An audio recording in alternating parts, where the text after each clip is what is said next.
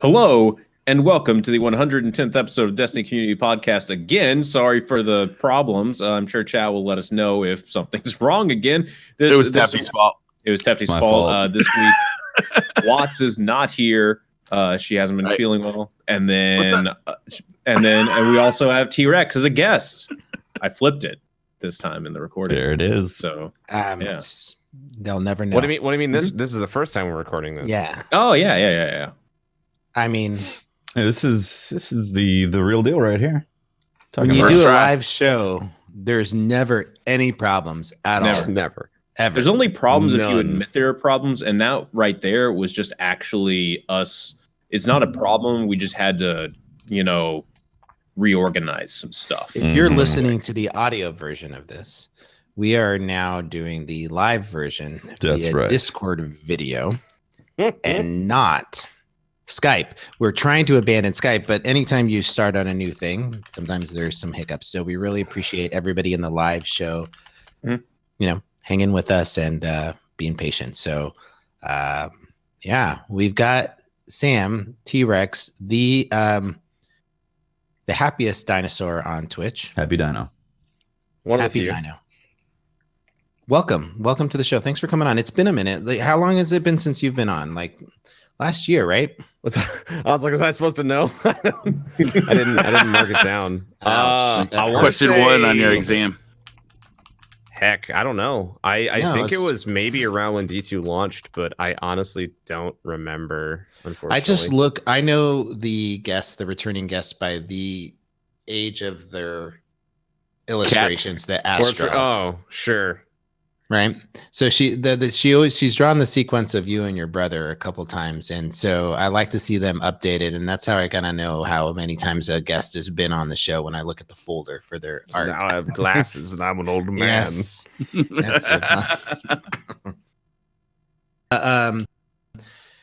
got a lot of stuff going on right now.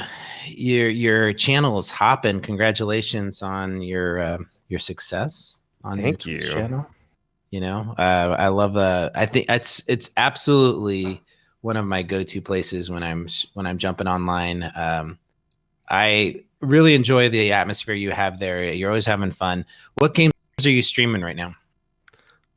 So today is November 8th. So Fortuna for Warframe just launched. I was playing that today. Oh yeah. Playing that's probably tomorrow and all that kind of stuff. As usual. Supposedly getting Thunderlord every 10 minutes once a week. It's great. Then next week is Hitman 2, Spyro Remastered, Fallout 76. A lot of games. A lot of streaming, a lot of work. But I want to play all the games, and so instead of being like, I'm not going to play this one, I'm just going to stream more, and you just play all of them, and then you just don't sleep. It's great. Isn't that right? Yeah, that's right. So you do a variety stream. If any of you watching or listening to this and you're crawling out of underneath the rock and you haven't checked out Sam's or T-Rex's channel, he does a ton of variety streams. You play with a lot of different streamers as well. Your brother also streams, so you guys play it together. Who else might they see you playing with? His brother's Professor it Broman. depends. Like for Warframe, there's all the Warframe partners that you can check out. Like right now, I'm trying to get some time to play with my buddy Flynn. Love Flynn, great guy. Mm-hmm. Yeah. Buddy Char, you guys might know him. Yep. Then of course our typical Destiny crew. Professor Broman, Goth, all those folks. Gunny. I feel bad because I don't want to be like, I don't want to generalize it because then it's like, why didn't you say me?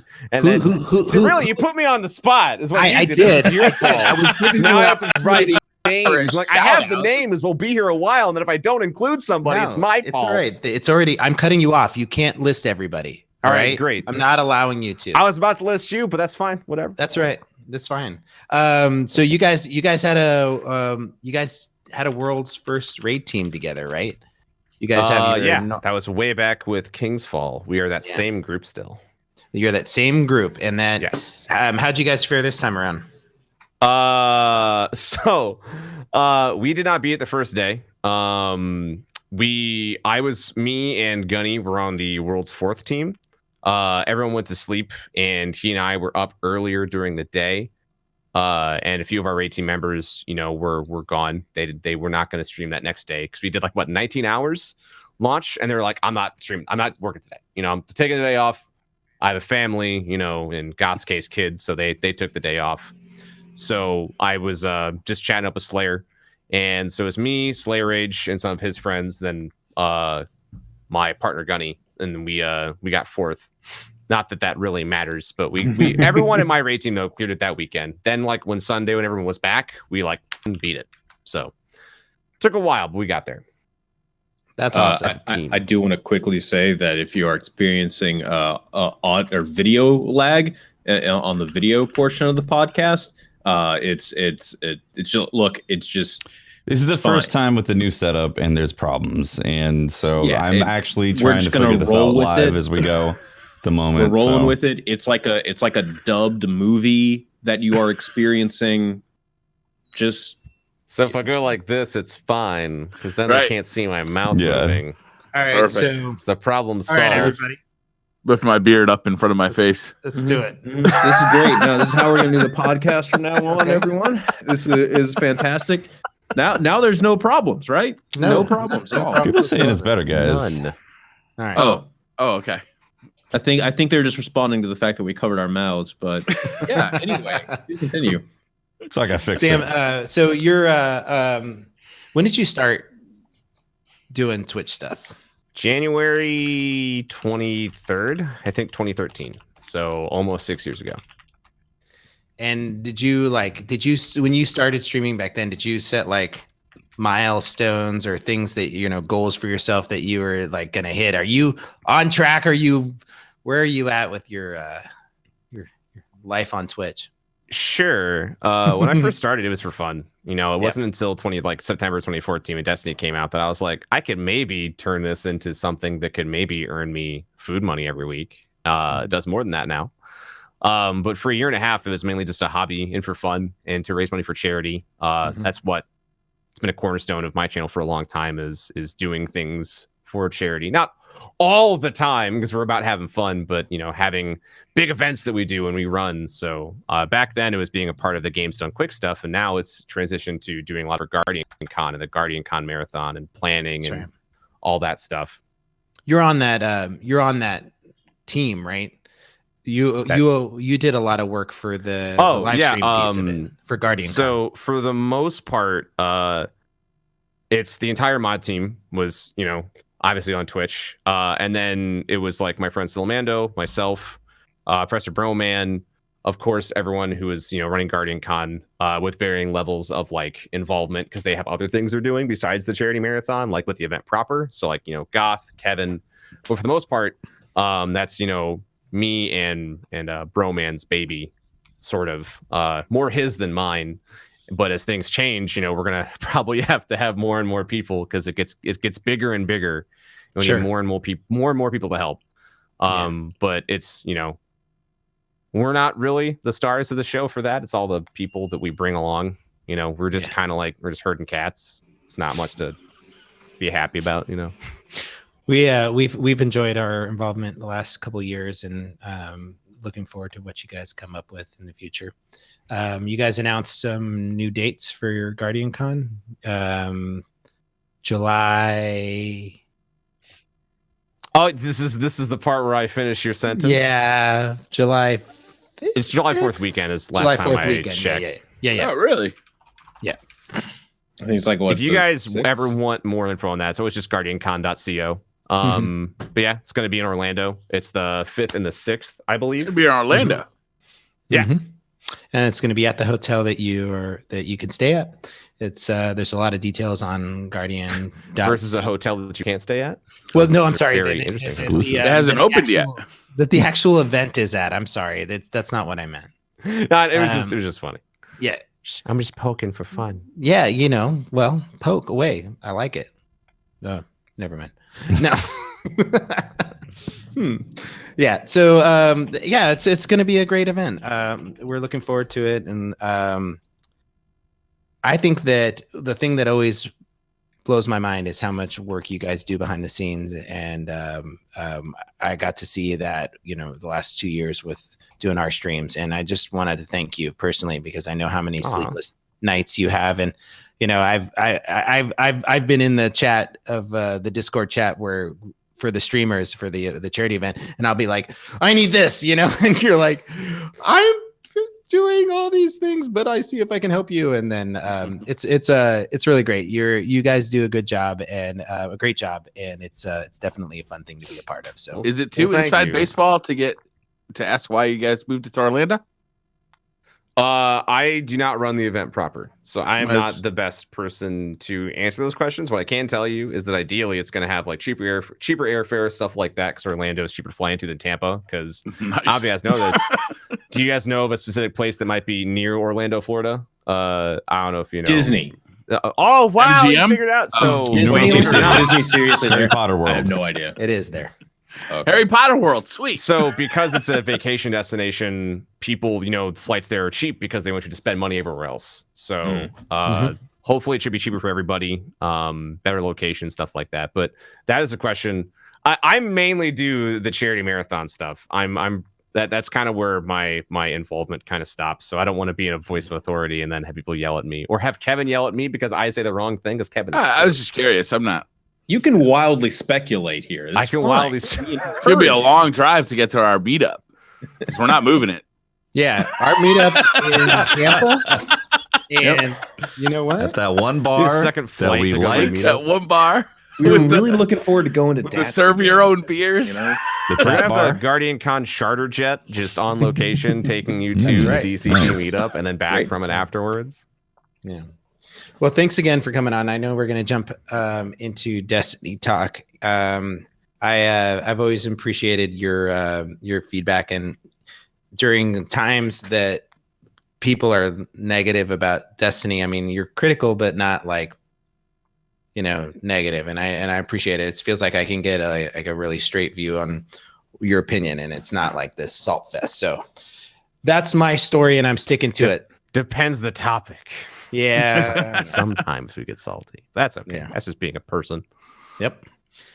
So, Briar, do you want to jump into the news? Yeah, you want to go over the TWAB? Let's do the TWAB. So there's going to be a couple of Bungie live streams. They're going to be doing a Bungie bounty for Gambit on November 12th. But more importantly, I think, more interesting to me anyway, is that they're going to be doing a Last Wish raid along on November 19th. It's been a while since they've done that. Yeah. Well, yeah. I really like those. Like, because they get like the designers and artists to go along with them and kind of describe what they've been like. In the past, they've shown like some like preview art and like some sketches and stuff that kind of like they explain like what's behind the art as well. It's usually pretty cool. It's also like usually, I think people also like tuning in to see if like the Bungie people, I wonder if they use a different strategy than us, and did we make something better, or do they have some secret tech that we never found out? People are always curious about that. Definitely interesting. I never watch it with that in mind. I always watch it just listening to the stories of like the artists and stuff who created it. I've never actually watched it for strategy. I already got the different strats by playing with Holtzman, because he has insane callouts that make no sense for the eye patterns. So the eyes are 1 through 10. They're not always going to be 1 through 10. You're always going to be wrong. It's fine. Honestly, I feel like this one. I feel like not 1 being through informed 10 on the subject whatsoever. I feel like 1 through 10 makes the most sense from like a you can't screw it up point of view. True. No, like if you learn it like that, like there could be one eye and you would 8. shoot the wrong eye still somehow. Like it would happen. See, like the other problem is you could say L. You could be like L3, and somebody might be like, oh, R3 because of like translation. Yeah, no, I get right and left confused. Yeah, so you can often flip those when doing easily. L and R. Yeah, but because in my head, we read right to left. So when someone says R2, I think I'm starting at the right side. I'm read starting left at the to left right. side. Just he's a weeb, all it right? doesn't make any sense when I try to explain it. But there we go. Listen, I flip my left and rights all the time. It bugs the hell out of me, but like it happens. And like in pressure situations, that can definitely. No, I mean, like, you see what happens is my brain gets behind my hand and starts seeing it from different angles. Oh, you're thinking like stage right? That kind of thing? No, it's just my brain literally likes to float around wherever I'm at, looking at it from all these different angles. So I'm constantly flipping these things. And and it doesn't help that during the fight too, when you're like carrying the orb, trying to like get the call out to the one area, you're thinking stage right and left too, right? Yeah. You're like left stairs, and like you go to left stairs, like no, the other left. And you're like, oh, okay, I guess that's the actual left side is the right side as we're looking at it now. And then when it comes to, this is why 1 through 10 is so much better. It's a different system. Seriously, like 6 through 10, there is no question if you learn that system. You can't flip like 6 through 10 to the other side. I am totally with you on that. You absolutely can. You can like, it's just a different thing that you're going to mess up. Like it's still if you read like, right to left, you're definitely gonna mess up. That rare that someone will, but like it's still gonna happen. I suddenly realized how weird that said once I started saying it. I'm committed now. You're committed. You're locked into it. The raid group I play with just does A, B, and C, and A 1, 2, 3, B 1, 2, 3. C. Yeah, 1, I mean, 2, you guys should honestly just go by symbols, man. As long as everybody's on board with the same system, it usually just works. Yeah. Bird down. As long as you're dragonfire being flexible left is the most important thing. Yeah, I got to tell you, from talking about the raid along. It's incredibly fun to be a part of it, and I'd love to be a part of it again in the future. But when I was doing Dads of Destiny, we did a raid along with for Crota, and it is so much fun to get the. I remember we played it on normal, and we got so much shit because we weren't playing it on hard. But it's hard to talk and go into detail about. You don't say. Yes. Really? Yes. It was very difficult. Anyway, we had a ton of fun, and like just doing the bridge encounter with the guys who designed it, and then talking about how it was implemented and the design, how they went into getting a story about like the encounter you're about to do. Yeah. And it's just so much fun. I really like the raid alongs, Pope, but I think you were actually part of the best ride along that they ever did was the Cosmodrome ride along. Oh yeah.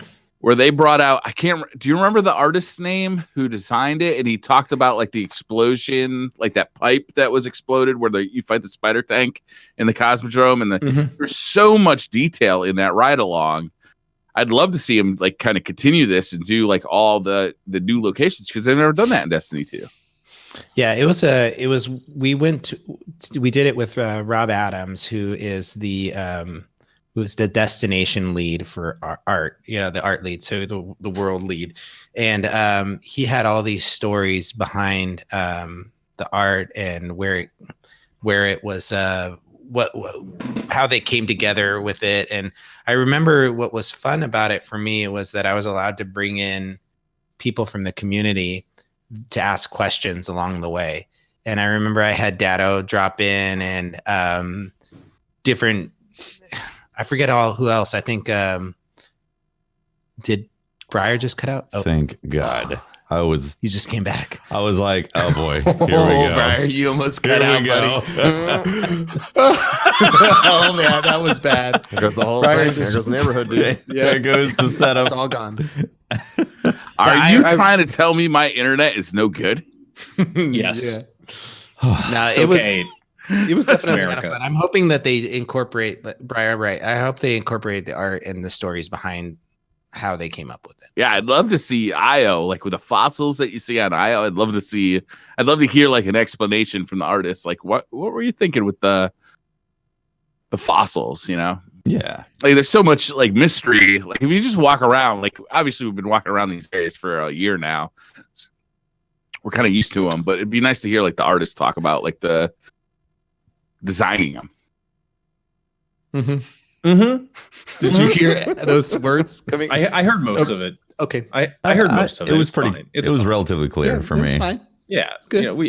These occasional freeze frames are pretty great. Yeah, I love it. Just the words that you get frozen on, Briar, are pretty good. Mm-hmm. But yeah, the Bungie Lashless raid along will be November 19th, Monday, November 19th at 10 a.m. And they always archive them on Twitch and YouTube. So if you can't catch it live, you can watch it whenever you get the chance. Before we get into the rest of the TWAB, there was something that they posted on Reddit that they forgot to put in the TWAB, I guess.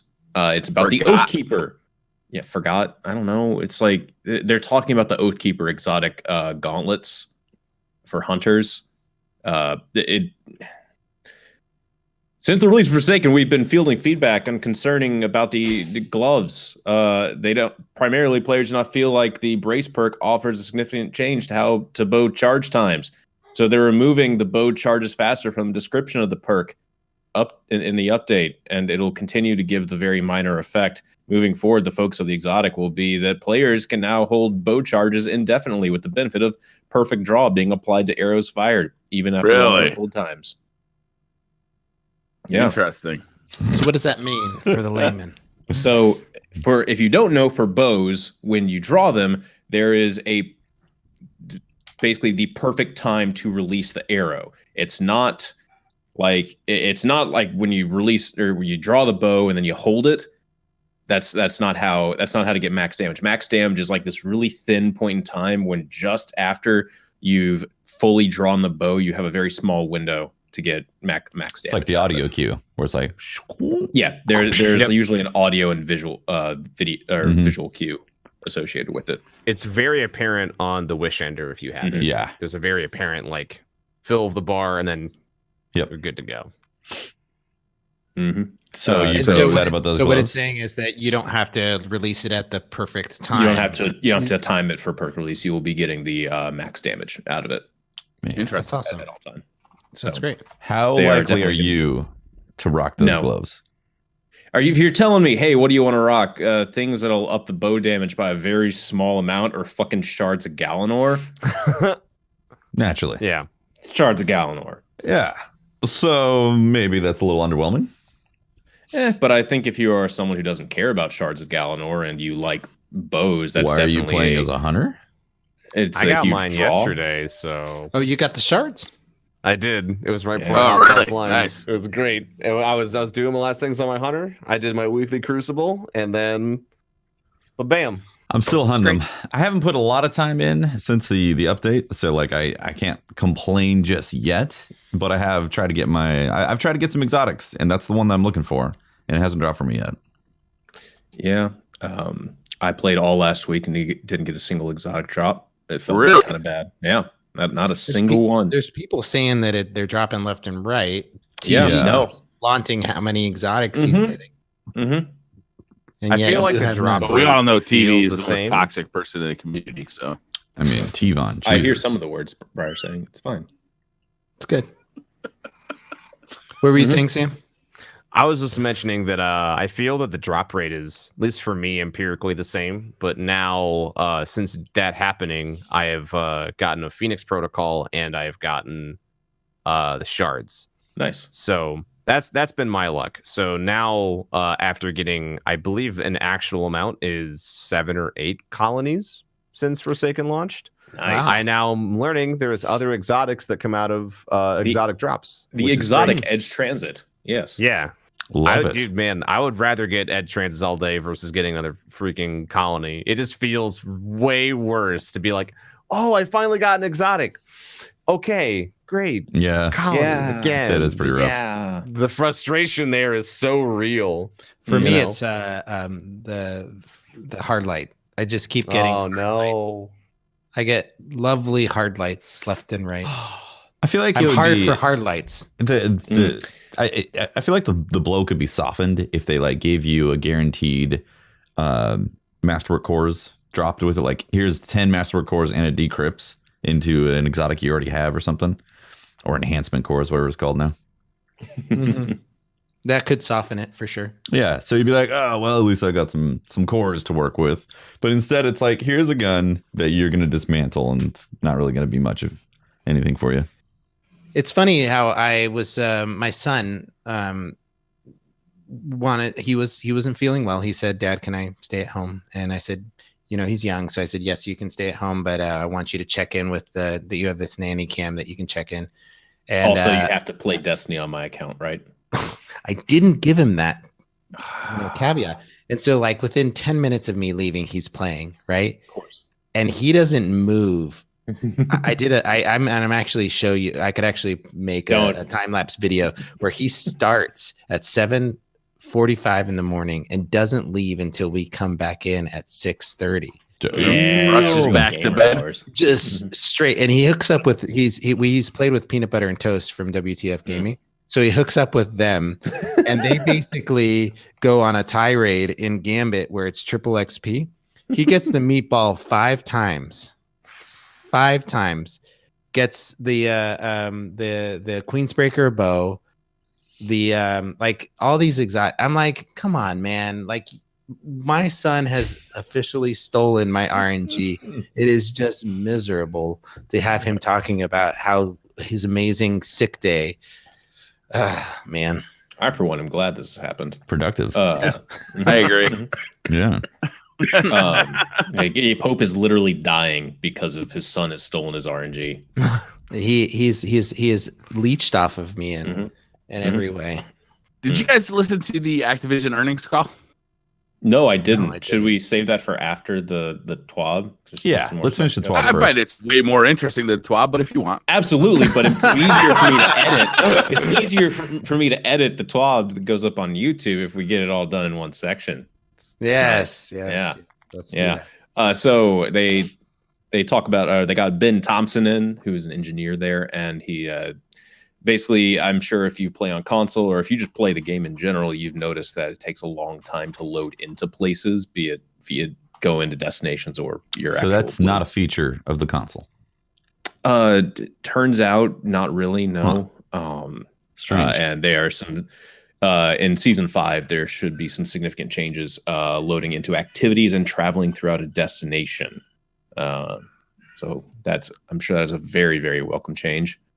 Or fix. Well, I'm actually kind of upset about that because I time my bathroom breaks and going to get beer drinks fetching and getting stuff from the kitchen. You have just the right amount of time to go get a beer. That's right. When I'm playing on PlayStation 4, I like to go grocery shopping while I'm waiting to load.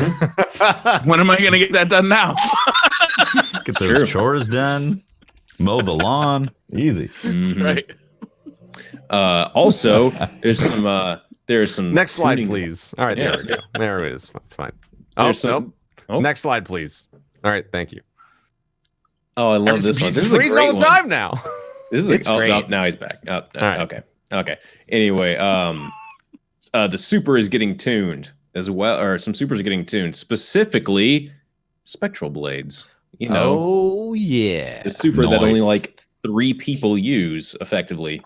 And everyone else have you seen those chaperone videos? Yes, I have. It's really disgusting when people are very good with that spec. It's getting ready to get even better now. So, yeah. Claude, Jerome. We'll go with Jerome. All right. All right. Started talking about some of the changes that they're doing to it, and holy shit, sounds like it's getting the much needed buff that it deserves. They are increasing the melee lunge range of all attacks in the super, reducing the cost of light of the lighter melee attacks, so R1 or bumper button, increasing the number of consecutive hits required to speed up attack rates, decreasing the base attack speed to improve hit registration on the intended targets. And that's not, they go on to say that's not a nerf. It's just the goal is to increase the intentionality. Is that a? Yes, it is. Sure. Yeah. Okay. I assume it's a word. They used it. They used it. Can I define that? Yes. Translate to English. Okay. Highlight, translate to English. Yeah. So basically they want you to be a little bit more, they want you to try to focus on a single target. With it. Return melee targeting to have greater emphasis on player input. So wherever you're actually pointing the sticks, it's where it's hopefully going to go.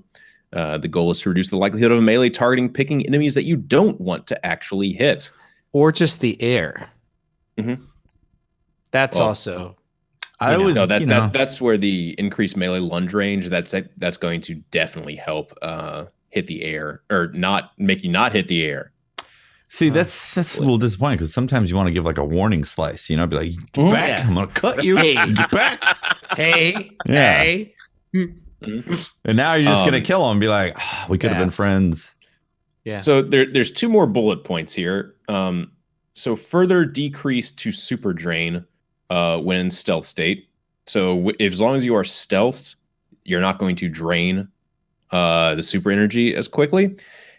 There's one more thing that I'm curious as to why it was added, because it sounds like this is going to be disgusting, but added a small amount of damage resistance to the stealth state. Sure, why not? Yeah. What's the They said state? small. When they say small, it could be like insignificant in the crucible. Yeah, it could be very, very small, but if it's as much as like 5 to 10%, that 10% a lot. Is the stealth state when you're invisible? Is that specifically what it is? Yeah. Okay. Yeah. So with that subclass, you go invisible by getting a headshot kill on someone while you are crouched. This works while sliding, just so and that is basically what activates most of the toolbox of the subclass, where you can run around, see people through walls, melee things to get a damage increase onto them. So you are, as long as you are invisible, you are going to have a small amount of damage resistance. And Yeah. Is The it only thing I'll talking comment about- with that, until it's tested, that could only, since this is specifically super tuning, that may not impact the neutral game. Yeah, it's probably of talking that about class. when you R2 and go. Yeah. It'd be crazy if it impacted flawless execution, which it very well could, but either way, I read that because it's under everything else is about the super. I would assume that's also about the super, but it may not be. We'll have to wait and see. It's not specific. It just talks about stealth. Yeah. But it's under the title of super tuning. Yeah, but it's all. But I mean, hey, Sam's if it uses the same code for both things, then it may be an indirect buff to that specific thing. So we won't know until later. And they're also they are retuning the energy cost of deactivating Chaos Reach early. This is for the new Arc Warlock. I'm sure if you have used that subclass, you have probably noticed that you can deactivate the super, and it was advertised as, hey, if you deactivate the super while you're still casting it, you'll get some energy back. But the problem is, unless you immediately deactivate it, you're just not going to get any super energy back. You might get like 2% of your bar back. So it's like, that's you basically deactivate it to get yourself out of situations where you would die while you're using it. That's what I found. Because you get hung out there. You get hung out. Like, I mean, when you're in that super, you're just floating. Yep. You are a stationary target to get sniped, maybe. So the intent of the tuning pass is to make it more rewarding to skillfully time your early deactivation when using the super. And essentially, it'll be more punishing to deactivate it extremely early, but less punishing when deactivating it super late in the super, which is kind of odd, But hey, I'm as long as it's consistent, like how much energy you're going to get back from it, I'm sure it's a welcome change. I was a little disappointed to not see anything about the Sentinel super. The hit registration of it? Yeah. Yeah, that super has had problems since basically the beginning. Will they get the increased melee lunge? Will that get the increased melee lunge? Probably not, because that was only talking about spectral blades, not the Sentinel super. If they included it, if they did these buffs to like the melee and stuff to the Sentinel, I mean, it just would. If hit registration for the Sentinel, the melee registration was there, that there would be hands down the best. It's already up there as the best class. It's already insane. So Code of the Commander is amazing. Yeah. You guys, I'm loving that. I unlocked it and I'm just finished filling it up and using it. Just it is an insanely fun. It's awesome, right? It feels subclass. It's a very unique feeling in terms of the kit for Destiny. I've been playing. I've been ranking up my Titan and I've been playing Blindwell with it, and it is just an insanely fun thing to do in Blindwell. It's a super fun subclass. In PvP, Pope, what I'd recommend is trying to time the second part of the melee attack while in super to hit, because like the first one is really inconsistent. But when like you put the shield up and do like the shield bash, that has like an AoE or an area of effect damage associated with it, and it's really consistent. And it seems to have much better tracking. So try using that. Also, throw the shield, because the aim assist and tracking on the shield is stupid. Yeah. It is insane. It is really good. It's a one-hit kill anywhere. Yeah. And it's crazy. Just toss it into a hallway and it'll be like a little pinball machine. Yeah, it's pretty terrifying when you hear that thing kills. in PvP. T-Rex, what do you class are you maining right now for Forsaken? I mean, I've been a Warlock main since day one, beta for D1. So yeah, still am. I've been falling back in love with Dawnblade and Crucible after having a stint with Nova Warp specifically, because Nova Bomb's kind of duty butts right now. But I don't know. I feel like I'm just more consistent with Dawnblade than I am with Nova Warp. I think there's more potential multi-kill potential with Nova Warp, because you can just kill everything and there's no hope for them whatsoever. But I can go around the entire map once or twice with Dawnblade as well if I get enough kills and whatnot. I had a 37 kill game with no deaths because of the D2 being free on PC. And I felt bad about it. Nice.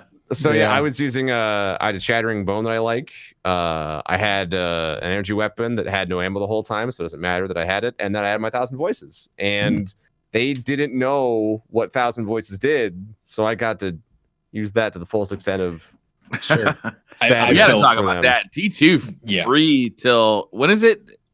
The middle of November. I think. Middle of November. Yeah, I mean that's 10 days. So we saw that happen on the PlayStation, right? As we saw, like if you were a PlayStation Plus member, you could get D2 for free. It was the vanilla D2, and that's what it is for the PC as well, right? That's right. Yeah, it's just vanilla D2. You don't get Curse, Warmind, or Forsaken, but you get the game. You get the base game. You get the base game. Free. Yeah, and all the quality life updates too. Like you have all the seasonal stuff as well. Exactly. It's like you get the base game, but you get the year 2 version of the base game. Yeah. There's like random rolls, right? And for $40, then you would get Forsaken and so listeners, if you are someone who has been sleeping on the Crucible, as someone who is pretty okay, but somehow got a 37 kill and no death just because I have 1,000 Voices and Dawnblade's dumb. Like, imagine what a good player could do. Like, I'm just saying. So if you're good out there, check it out. Gigs kind of like Christmas noobs, right? Oh yeah, it's Christmas noobs in the middle of November. It's absolutely wonderful. So it's interesting timing, because we got the PlayStation Plus version for free. We got the PC version for free for a limited time. I think they should just make that free, right? Yeah. It's like just make Destiny 2 vanilla free, like ongoing. If you want to get caught up, you got to pay $40 to get caught up. Yeah. Right. But we also got the Activision earnings call in which they classified Forsaken as a disappointment. Right? I thought they classed I mean, just from the bullet point I saw on Twitter, didn't they say that Destiny 2 was that and not specifically 2. Forsaken, or was it? No, they said Forsaken. They specified Forsaken. Oh, wow. Yeah, they said the sales for Forsaken did not meet their expectations, and they're looking at ways to create new monetization revenue because it didn't hit the projections that they wanted. Which, honestly, when I read that, I was like, well, no, duh. You completely changed the way your game was from D1 to D2, and then you expect everybody to be like, oh, well, they fixed it, so we'll all like rush back. Like it makes perfect sense that was the result of it, and it's going to take some time for people to warm up to Destiny again if they left. Like we play the game. Yeah, we play the game, so we know the highs and the lows that we've experienced. But man, there's a lot of people who are diehard fans of D1, played D2, and were like, I can't believe I supported this game. Completely dropped it, or they got sucked into the hype of the D2 like hype engine. Tried D2, played it for a week or a month, and we're like, all right, this game's not really for me. It doesn't really matter what they do to update the game. Like their decision's already made. Yeah, exactly. So it's kind of like the situation we were talking about in Destiny 1, where like no doubt they're going to call the next one D2 because they want to win over people who were disenfranchised in Destiny 1 or didn't love Destiny 1. And that, Destiny 3 is going to have the same job. Yeah, I mean, they burnt a lot of people's opinions about Destiny with D2 launch, and this is marketed as an expansion. So I'm not surprised at all that they didn't have like a huge resurgence. Plus, you have the situation where nowadays there's so many games that are fighting for your time, and Destiny's always been kind of at least somewhat known as a game where the amount of time you put in somewhat dictates what you get out of it. Yeah. So if you have, X numbers a week or, X number of hours a week to play games and just period, and that maybe Destiny lets you down and, well, maybe you're playing Fortnite now, or maybe you're playing other free to play games or, other, Call of Duty just came out and that has Blackout in it now, all these games that are offering, BRs and other ways for you to sink your time into them. Yep. Well, why would you reinvest this potentially long amount of time into a game that you were let down by? So that's right. I feel like, at least to me, knowing my the example I would give is that when I was younger, and maybe in my early 20s, where I was like paycheck to paycheck, I could buy like one game a month, and that was like on good months where I could go buy one $60 game, and I hope that it's good enough to last me and my friends the entirety of the month. Yeah, right. Yeah. And if I was still in that position, like that would be the big thing. Well, for sake, it's $40. I hope it's good. Now it's less about, this is my hobby and also my career. And it's less of that and more of, I only have so many hours a week I can play games. So if I didn't feel like my time investment was good, I will not support them anymore because I don't think they're being respectful of my time. And I know one thing I've heard recently is that's how they feel about a lot of like the time gating stuff and the RNG, with exotics and with the titles, is that, well, they just want me to spend more time in their game despite being like maybe emotionally done with it. Well, it's interesting. So I think that's something that they're still struggling with on like a message level and also with like a gameplay, is how do we, keep players engaged in Forsaken without being like ostracizing players who don't invest as much time as us. You can't forget about two issues though right now, and the one is that there was people who came into D2 that didn't play D1 and got used to the way they had it set up, which was very casual. Yeah, you're right. And now they've got like the hardcore fan base who is finally saying, yes, thanks for putting this stuff in the game the way we want it. And so they've completely like screwed up that messaging to like which type of player is actually going to benefit from this. And a lot of the people that were hardcore fans in D1 got burnt by D2 and are like, I'm sorry, I'm not coming back for a while until I really see that things have changed. They specifically call out sales expectations. So we're not even talking about microtransactions here. This is sales. I assume from the way it's worded, I'm saying sales expectations, right? Mm-hmm. Is it meaning day one sales or like the $60 sale up front or $40 sale up front? Mm-hmm. I mean, that's got to be concerning. Like, is that gonna result in another player summit, or is that gonna result in like maybe we got to pull this back? I would say, this is coming from a player and as someone who's very invested in the game. I don't think that's any of my business, and I don't want to be a part of it. I am not here to help them sell the game better. I'm here to make the game as good as it can be. I'm not a marketing person. I don't want to be seen as one. Like, I want to continue to be a player and as a creator for the game. That's just my like immediate knee jerk is that is their job, is to sell the game. My job is to create content for it and enjoy it or talk about it critically. But I don't want to be as like, I am not paid enough to sell that game for them, That's on them. As a fan of Destiny, there's some amount of investment that you have into the franchise that says, is there going to be a Destiny 3 or is Activision going to cancel this because it's not a performer? I mean, there's enough interest in the game and enough copies being sold that like, of course they're going to want to continue and see where it goes. It's just, are they going to like tone it down though and like invest less money into it in the future? I mean, it didn't meet sales expectations. They said that in an earnings call. Here's something. I mean, you guys read the news about Final Fantasy canceling. Mm-hmm. Well, Final Fantasy 14, the 3 expansions. 15. And didn't that sell very well? I don't know. Yeah, I'm not sure, honestly. It was like from what it sounded like, because it sounded like it wasn't. But what I do know is that Square makes. This is just from the outsider perspective and things I've read. It seems like they're mobile gacha games. So like your Final Fantasy Brave Exvius, and then your MMO. So your Final Fantasy 14. Those are the large cash cows of that developer now. That's I do not know how Final Fantasy 15 stacked up, because I imagine, unlike 14, where people are paying every single month, you sold that once and then potentially more DLC out of it. How many hours were spent on both those products, and how much did you get out of those? So right. I don't know. It does make me sad. It's never fun to hear about like a developer kind of having to shut stuff down because of either ill reception or not selling enough. Like, I want more great games and more people making great games. Yeah. So it's always 100%. Kind of a bummer to hear.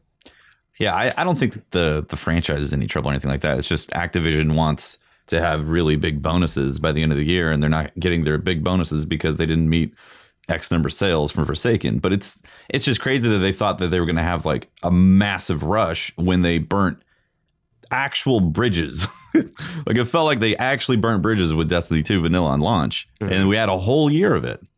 And they're like, oh. As fans, I think most of us would say this is the best version of Destiny we've ever played. Mm-hmm. But it came off of the so worst version, though. By Destiny 2, right? If you're so disgusted, maybe you just didn't give it a chance. Well, this version of Forsaken, had it been what we got at Destiny 2 launch, this would be a different story. Oh, probably. 100%. Definitely a different story. Yeah. No doubt about it. We would be in a different spot. And I know that's like you can't look back in time. That is like a crazy stupid game to play, but I'm just saying, like, we're at I'm doubling down on what you were saying, Tefty. It's like we're at a point where, they should have been expecting. I don't see how they could be disappointed by sales. They should have been expecting. Well, we also don't know the sales numbers. True. Right? They didn't share that. Yeah. Well, as they don't win know how back, many copies of Destiny 2 they sold. We don't know how many copies of Forsaken they sold. Mm-hmm. Well, they got to work. They got to earn a new fan base, is what they're doing. That's what I think. Not necessarily a new. It's more like they're building and they're bringing in new players. I mean, there's some people that I think that the people that Tefty's talking about are gone for good, and so some of them are for sure. Yeah, it's definitely possible. And so there's millions and millions of gamers out there. So they're doing their marketing stuff, making it free on Battle.net and on PS4, and they're getting people into the base game, just trying to bring in new audience. They're definitely doing that, because you give the base game away free, people are going to find out whether or not they like the game, and then they'll decide if they want to invest and get the best version, which is paying for it, which makes sense from a marketing perspective. I think though that Destiny might be at a point in its lifetime where it's had like critical saturation, and most gamers know what Destiny is at this point. Even though there's still there's still millions of players out there that haven't put time and all that, but like it might be at a point where it's hit that saturation point, and now it's a core fan base. I don't think it's you. I think you're on the right track with that, and I think a lot of people know about Destiny. However, Destiny has had a very mixed message of what it is. Yeah, that's a good point, Holtz. We've had this super long grindy game of D1 that had a really rocky start that got better over time, and then D2 launched with a very easy kind of mass market appeal to it that the old player base didn't like, and then again, like a year later, they changed it. So depending on who you've asked about what they've heard about the game, right, they could have heard it from someone that just played at an odd time. So I think the key there is just having consistency in what Destiny is and keeping with that, and then then we won't have these extreme waves, so to speak. Yeah, I think that's we're running into the issue of what creating a game that is kind of like as a service can create those problems, because you're constantly changing what you are in response to player base appeal, player base opinion, and then on the the flip side, for those players who aren't playing it? How can we draw them in? So you're trying to do so many things in real time almost, where it's like, all right, we're developing, let's say hypothetically, we're looking at Penumbra right now. Maybe they're like just starting to kick up for that, and they're like maybe just starting that, or Joker's Wild. Okay, we learned this from Forsaken. Let's make this experience based off of this critique and kind of really address that. And then by the time, like, let's say what, 4 or 5 months from now, when whatever comes out next, you're then 4 or 5 months into your next feedback cycle, and you're delivering something that is 4 to 5 months lagging behind what you took for, before. And that's kind of a problem. And there's no real good solution to it when you're trying to always push out content. I think it is way easier for, Destiny's not an MMO, but I think it's a little bit easier to take that critique with World of Warcraft, Final Fantasy 14 ESO, because you have these large, Forsaken sized drops every 2 years, 3 years, who knows how long, with little things in between. They're addressing everything, and then one giant thing to address all these concerns. But it seems like we're trying to address those concerns every 3 months. And I don't know. I think that provides part of the problem with the mixed messaging, is the game changes so much so quickly that it can be hard to tell you what the game is at any given time. That is the issue, and that's why there's people. I think that's what leads to these sales figures that Activision's trying to look at from 30,000 feet up and being like, why is that not growing the way we thought it was going to grow? It's because they've had all this mixed messaging, and like if they want to get the players who dropped off from D2 bridge burning session, then they need to have like at least a year to maybe even 3 years of consistent, like, this is how Destiny is as a game and continues to grow in that direction, for those players to feel comfortable to spend that money. Because I completely agree, man. When I was younger, like, spending $60 on a game was a huge luxury. Like, it was huge luxury, man. I was birthday, like, Christmas. Yeah. Yeah, right. Like, in my 20s, I was like, I'm really irresponsible if I spend $60 on a video game right now, especially when I can go and get like an older game for cheaper or something like that. Yeah. So, dude, man, that was free to play games were starting to be a tad bit more prevalent. So I was like, at that time, I mentioned Warframe earlier. That's when I'm an OG founder of Warframe, because that was like, what, 5 years ago when it came out.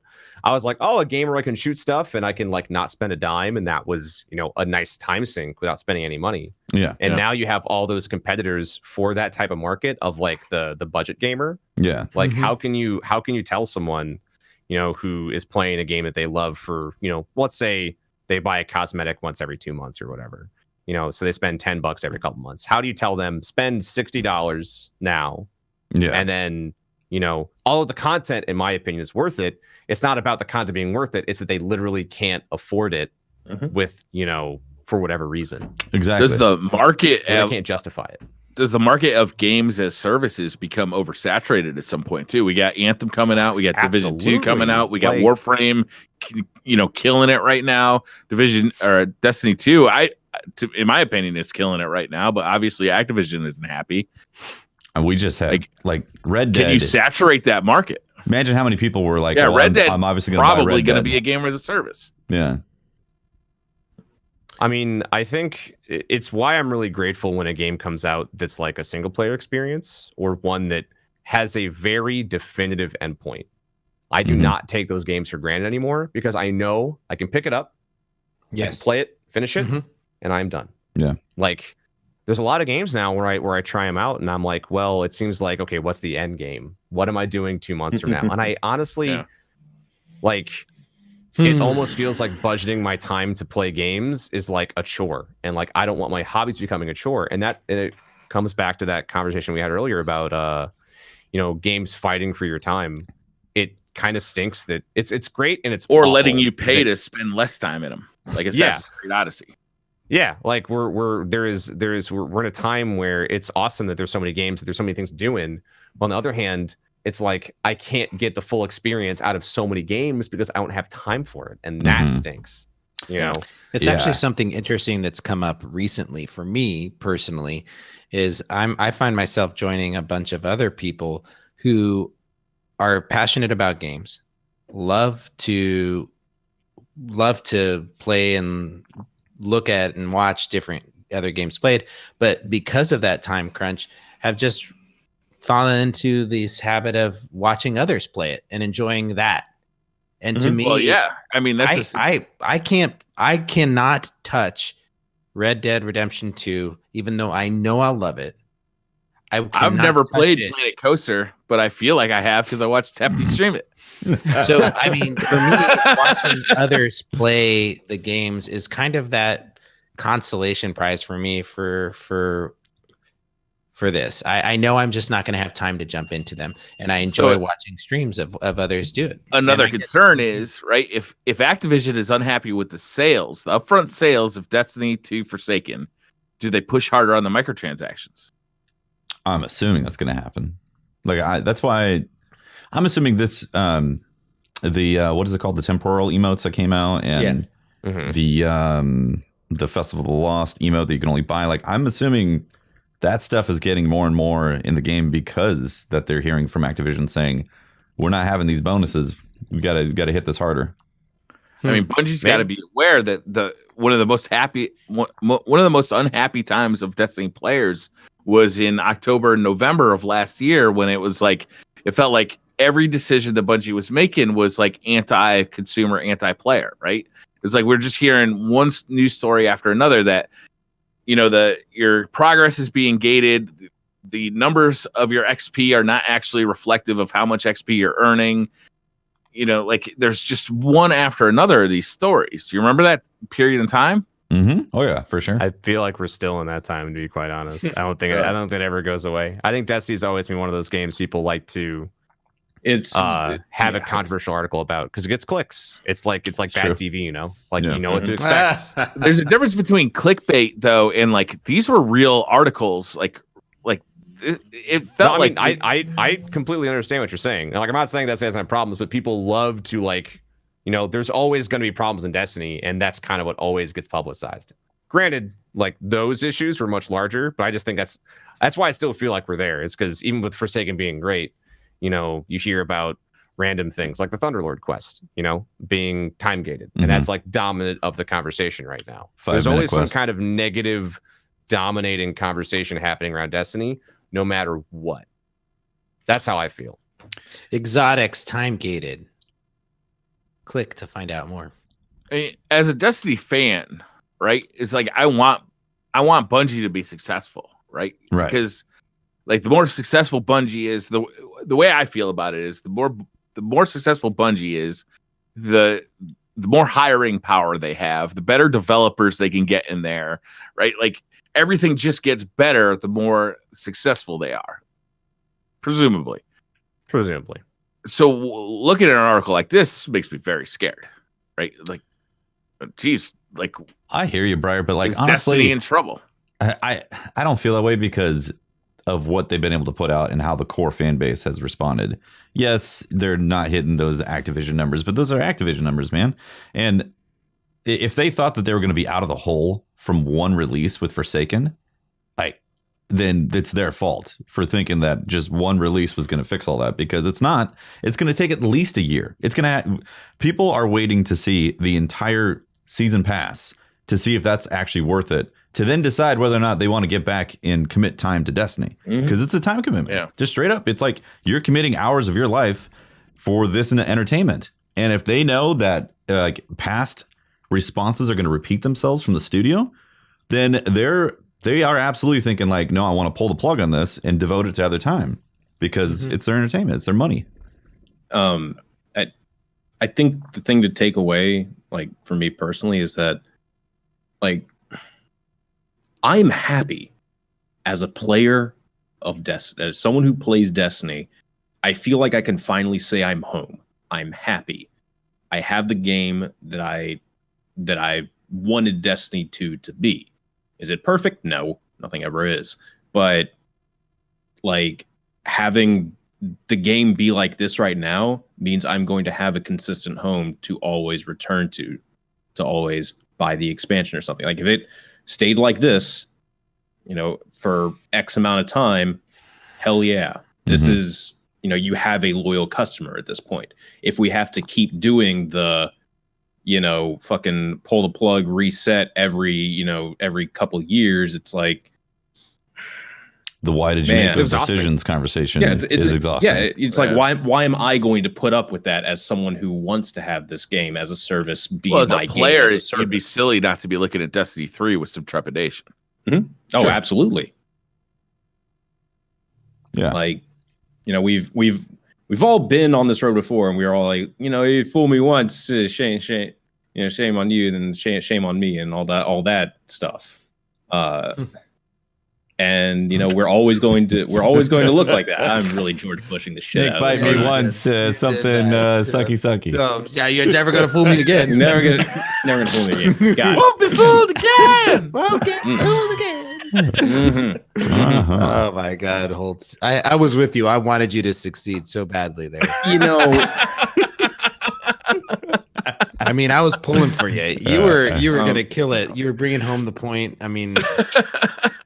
Almost got there.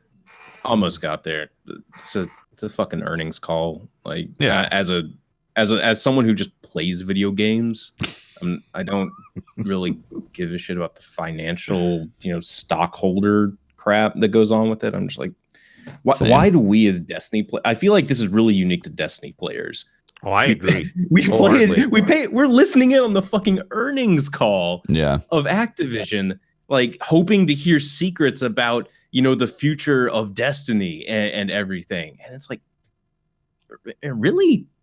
Like, do other game communities do this? I don't know. I've never been involved with a community of Diablo Immortal. Diablo. I mean, we get obsessed about our hobby. I mean, there's something that we really. Destiny creates an environment where people get addicted to the game they're playing. Yeah. We have all these terms that we use to hide what's happening. And, people are playing unhealthy amounts, and that's a real thing. We call it a hobby, call it an addiction, call it whatever you want. It's time that you're spending that's often too much than what you have to spend, and gamers aren't good at balancing and doing all that other stuff. So I mean, if you're gonna get it, yourself, I am a paragon of well balanced stuff. You are. I completely agree. You are such a balanced, well balanced gumbo. Mm-hmm. 15 pounds of crawdads. 15 pounds. 15 pounds. I don't know. I think that the hobby that we have, that we creates some unhealthy behaviors, and then people will respond unhealthy when they feel like something is being taken from them that means so much, right? And or is affecting them in that way, and it's a visceral reaction that it stems from an addiction. But I mean, I don't want to get too heavy into it, but I guess I just feel that like we're going to see those kind of reactions when people are so invested in that thing that provides them this. When it's a hobby. Big part of their life. Speaking of being invested, in season 4, Iron Banner's coming next week on 13th. Yes. We're still in the middle of TWAB, aren't we? Yeah, we were still in the middle of the TWAB. I've been keeping track. We're at hour 5 minutes. Thank you very much. All right. Yeah. Iron Banner's coming back. This is going to be the last chance to earn any Iron Banner triumphs associated with season 4. So cool. Get that shit done. I don't know what else. Some triumphs has also been. Is there anything worth seasonal requirements? Well, is there anything worth an Iron Banner this season? Claw of the Wolf pulse rifle is really good, in my opinion. That's.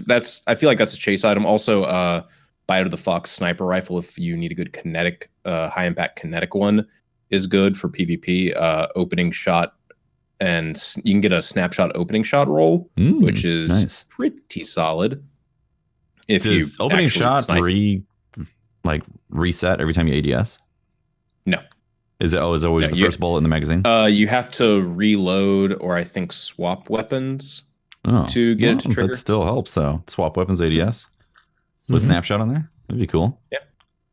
I can't remember about the swap weapon. I think it's swapping weapons does it too. Also, let's see. You have until November 27th. End of the season.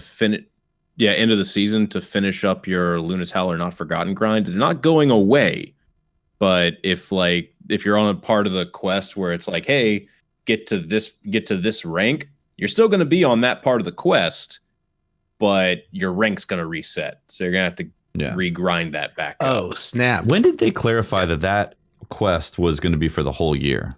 Was that in the beginning of Forsaken? I don't know, so. But they definitely clarified it right here in the TWAB where they said, while the quest lines for Luna's Howl and Not Forgotten are available year-round. That's true. So there you go. Yeah, they definitely said it. I could have swore they said something on Twitter back, because I thought those were Season 4 weapons. And then they clarified that it was going to just be, it was going to be for the whole year. But I wonder if they're going to do anything new for the next season that's like a chase in Crucible. Oh, I absolutely believe so. Yeah? I think they're gonna have new stuff because that'll be your seasonal chase for hitting Legend. Otherwise, or I guess in that case, Fabled.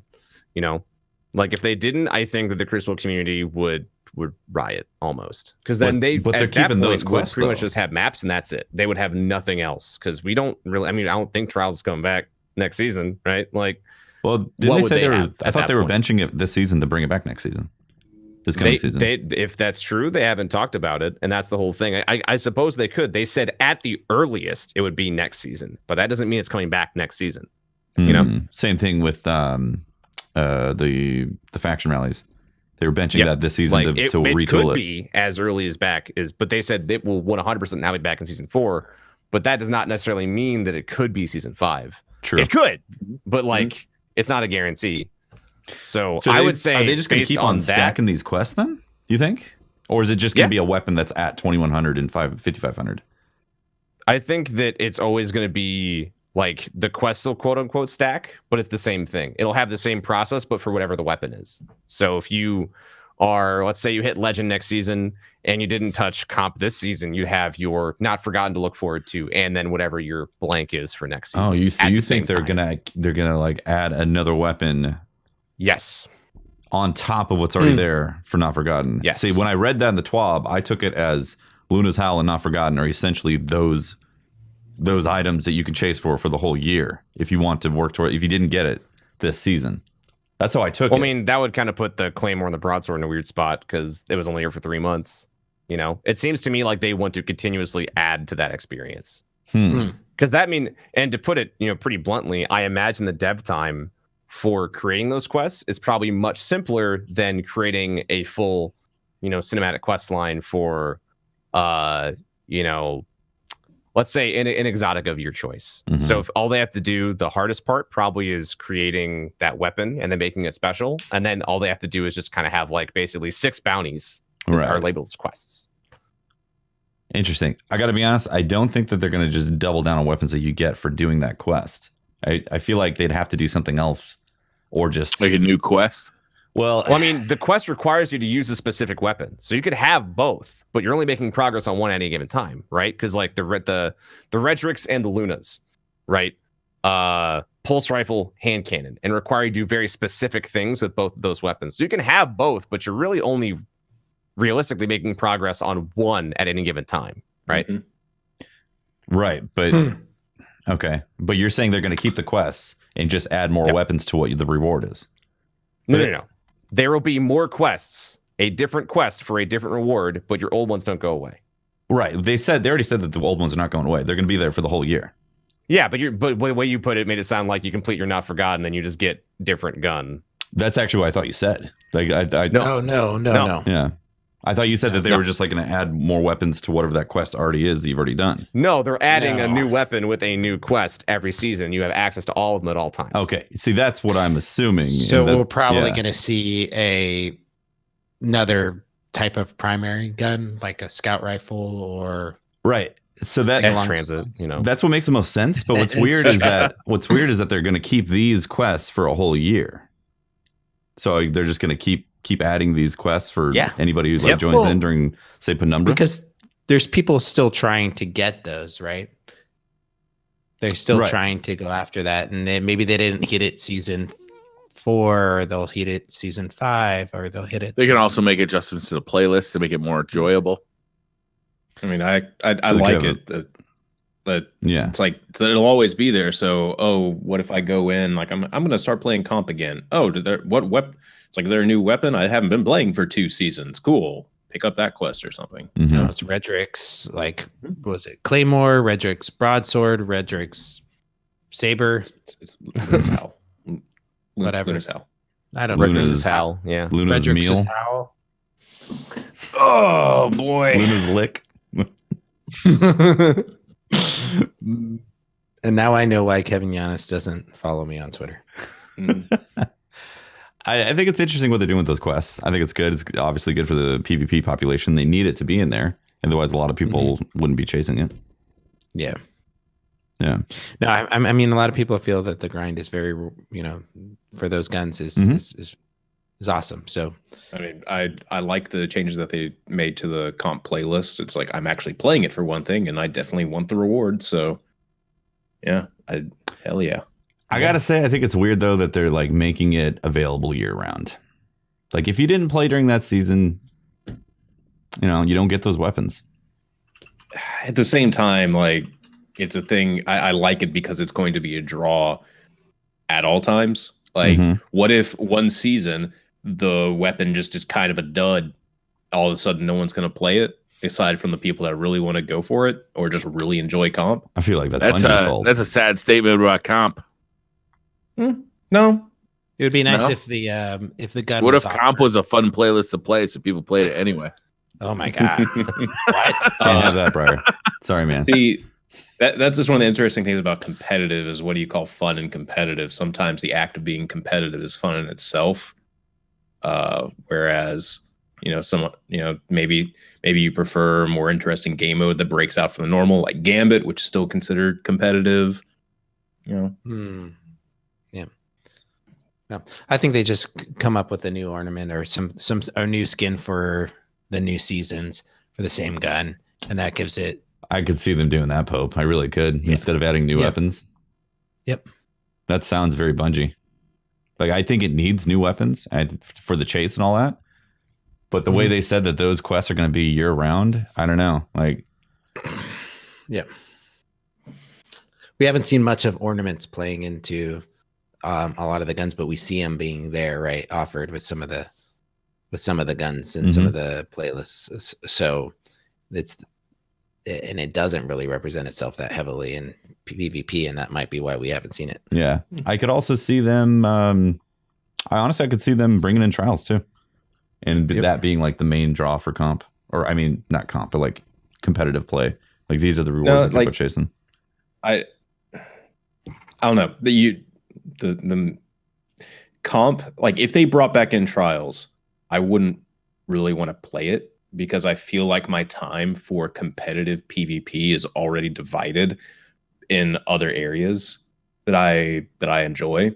Like, you're gonna play the crap out of trials. What are you talking about? No. I'm being serious. Like, okay, I have Gambit, a 4-player, very competitive activity. I have the comp playlist as well. I can go into PvE activities to be competitive. Having trials would seriously have to either, make progress on the competitive playlist grind, like Luna's, the Luna's quest, because the draw of, hey, here's this other thing to play for a short time to get some armor and weapons. I don't know. It's gonna have to be significantly different. Either a different splitting the PvP community in too many different directions. Exactly. With Gambit, quick play, comp, and trials. I don't know, man. I think this is what we've been asking for, is for opportunities for PvP players to play different things depending on how they feel that night of playing, or they're playing some comp and it's super sweaty and they want to jump over and do something else, play some fun games or play Gambit. I think that this is what the playlist needs. It just needs more people, right? Obviously continuing to bring in the population, but I don't want to see it PvP slim down into a few playlists. I like to see the options. And that's what I've always liked about Call of Duty. It's what I liked about, Halo, and just being able to select different playlists depending on what you wanted to play. Yeah. You guys want to do some Twitter questions? Yeah, let's meander on over there. All right. Can you guys hear me okay, or should I offload? Okay, no, you're fine. You're fine. Yep. Great. Yeah, and All it's actually nice not having your face. It's just. I would say that's an I have improvement. less competition for beard. All the popes, popes are rolling up. Yeah, he's rolling pretty deep. Pope. That's the thing. Pope did that beard in like 2 weeks. That's true. Yeah, he's been drinking hair tonic. Oh man, it's unfair if you drink hair tonic, Pope. I'm sorry, man. No, it's a curse of my genes. It's a performance enhancing drug. It's not allowed. The rules of competition. Eric Wiseman says, "How does it feel to be the cool brother?" I believe this is directed towards Dan, is that okay? You'll have to ask Broman that question, or my sister. She's probably better at answering that question because she's the coolest one out of all of us. I don't know. She has a killer beard. She does have a beard. Okay. I love you, Betsy. Barrick says, for T-Rex, when in a new raid, do you notice that a puzzle needs to be solved to progress? What goes through your mind to solve it? Terror. I remember watching your team on Twitch when you were doing King's Fall, and it was unforgettable experience watching it. I think I think thinking through it's different every time nowadays, because every raid we do puts more information of how they develop content in my brain. So, for example, this time around, the Vault, also known as Hell, was the really big hiccup for figuring out how to progress. Like Riven was really straightforward. It was just difficult to execute that first day. So usually I try to think back what they've done in the past and see if I can see a pattern of okay, I know they've done this, so perhaps they maybe elaborate on this type of mechanic by doing this. So I think the one thing from the Vault I picked up was realizing an integration between visual cues that are smaller and a buff that you might have. That is a thing I have now picked up that I will use in the future to hopefully figure stuff out.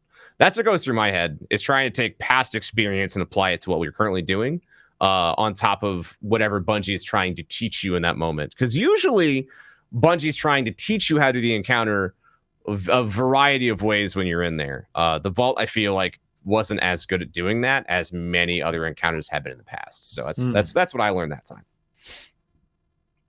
Hopefully that's. I expected you to whip out a dictionary and, look up penumbra and anti-numbra. I mean, I have a notepad. I actually figured out the full mechanic in less than an hour, but then we glazed over my answer to it. So that. No! Snap! Yeah, I mean, I didn't know if I was right either. It's not on the team, but I have the answer in my notepad when I was making notes, and then just wasn't as confident with that being the answer at the right time. So it doesn't matter at the end. I think it's important to point out that difference between T-Rex and your raid team is that T-Rex has a notepad. I have some pieces of paper, It was the same one where I use it to figure out the Oracle puzzle and the Whisper of the Worm quest. It looks like a madman's notebook. It's not great in there. Rezo Hove says, recently I've seen articles stating that Forsaken tripled the D2 player base, and also that D2 was #1 in revenue for console games for September 2018 over games such as Spider-Man. But now we're hearing that Activision thinks Destiny is not performing up to expectations. Wasn't Spider-Man the best platform exclusive selling game of all time? Yeah, that's what I thought. What they said. Yeah, that's what I heard. So what expectations does Activision have? That's what we need to figure out, right? They're expecting That's what I'm saying, man. It's we didn't get multi-million-dollar bonuses for the year. Thanks, Destiny. Jesus. Well, it all comes down to no one's in the the room where it happened. We don't know. Mhm. We know what they are showing, but that doesn't mean you know their whole hand. Mhm. Right. It's gonna be my new answer for everything. Oh, I didn't get an Apple Watch for Christmas. Thanks, Destiny. No, like genuinely, thank you, Destiny. Like, Somebody didn't fill up the toilet paper roll. Thanks, Destiny. Thanks, Destiny. Jesus. It's empty Gotta have a anyway. backup plan, dude. Seriously. I mean, That's that why is you have something handy we don't wipes. know. Yeah. That's why you We just don't know what the expectations were, so we can't say. Yeah, for sure. PG Tip says, any thoughts on Activision's we talked a lot about that. please no, stop. Dalmatian Nation says RNG raid exotics, mythic last 1,000 voices or quest based ones. Malice, Outbreak, Acreus. I think the RNG ones give greater purpose to play each week and have the excitement / reaction when it drops. However, the super complex and hidden quests like Outbreak are dope. I think that both are kind of Is that a question? needed. Yeah, he's Okay. asking which one do you guys like better? Oh, okay. Oh, Both. all of I the think above. both is kind of Yeah. necessary, right? Yeah, all of it If you sums wanna together for the record- feel.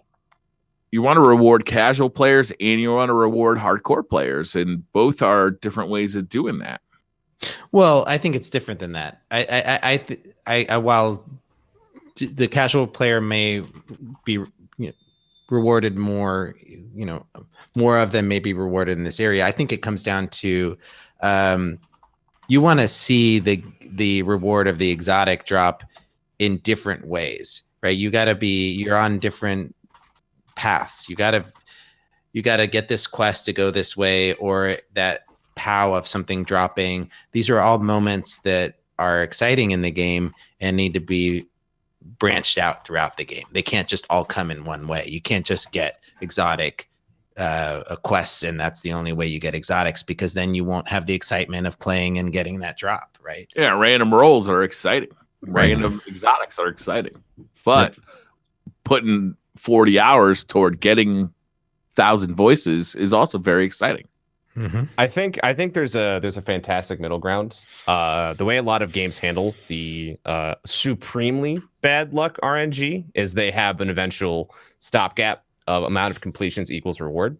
Mm-hmm. So for Final Fantasy 14, I have abysmal luck for getting what I want when I farm primals for like a mount. And they have a physical hard cap on how many times it'll take for you to get it. Because every time, let's say you beat, Ifrit, you will get a like piece of him. Once you have 99, you can just go and buy the mount. So I think something like that would be nice for 1,000 voices. Like, for example, I think I saw it on Reddit, or maybe it was somebody in chat, but I cannot take credit for this. Oh, wait. 1,000 completions equals this guy. What if you can only open one chest a week, and then once it's open forever until you open all of them, and then you can choose everyone you Interesting. want. And then once you open I every like single that. one, the last one you open gave you 1,000 voices. To me, that seems fair. Yeah. That's like, what, 25? So 25 keys, That's so fair. 24 completions with your +1. So that's 8 weeks. That's so 2 we're full playing- months of full rating. That, to me, feels fair. You have put in the time, and you still don't have it. I don't know what to tell you other than, yeah, you should probably have it by now.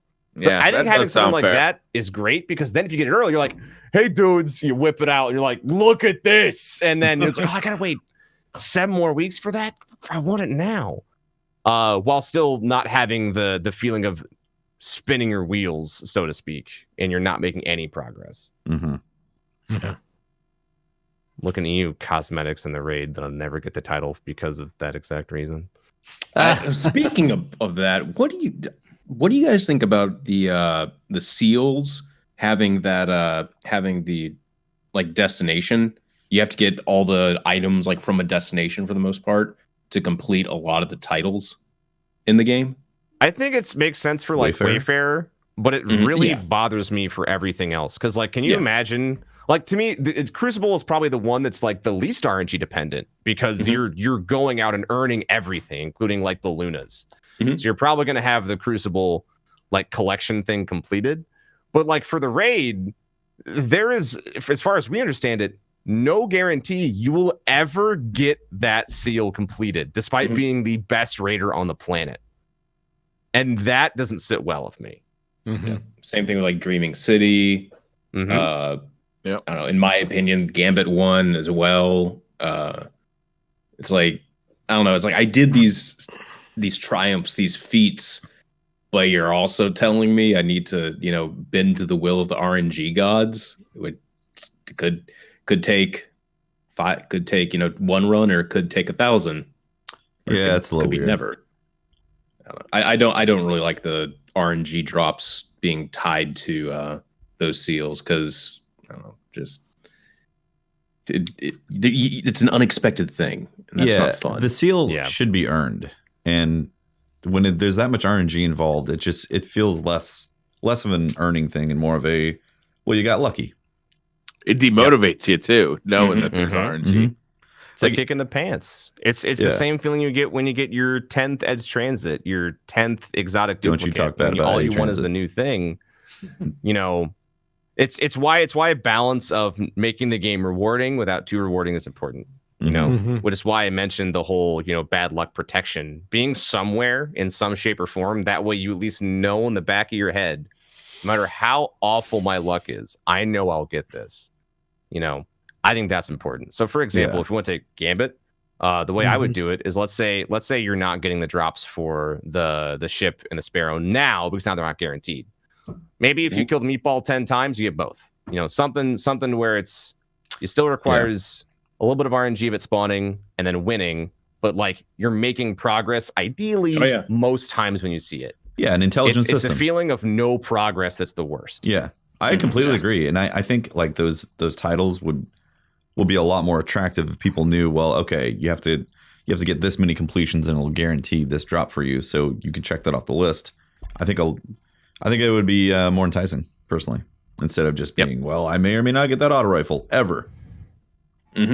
Exactly.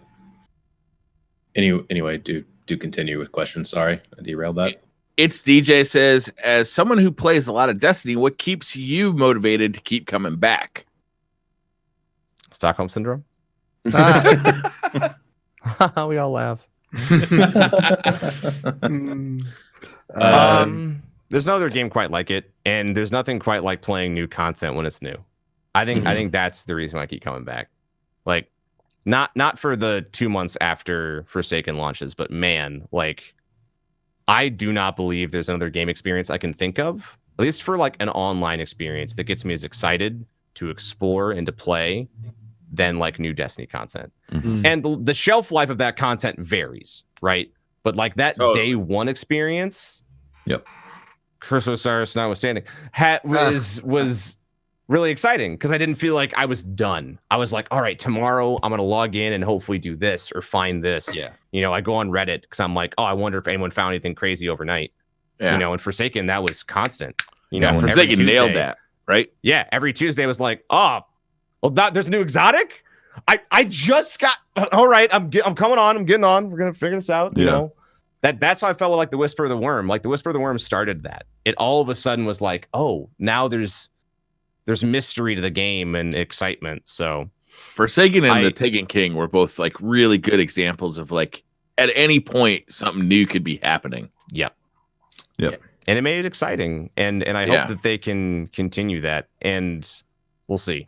When that slows down, I become a lot less motivated. Yeah. I don't come back because like the game is still as fun day one as it is day 100. Right. I do because I want to like really absorb and enjoy to the fullest those launch days, because man, they are fun.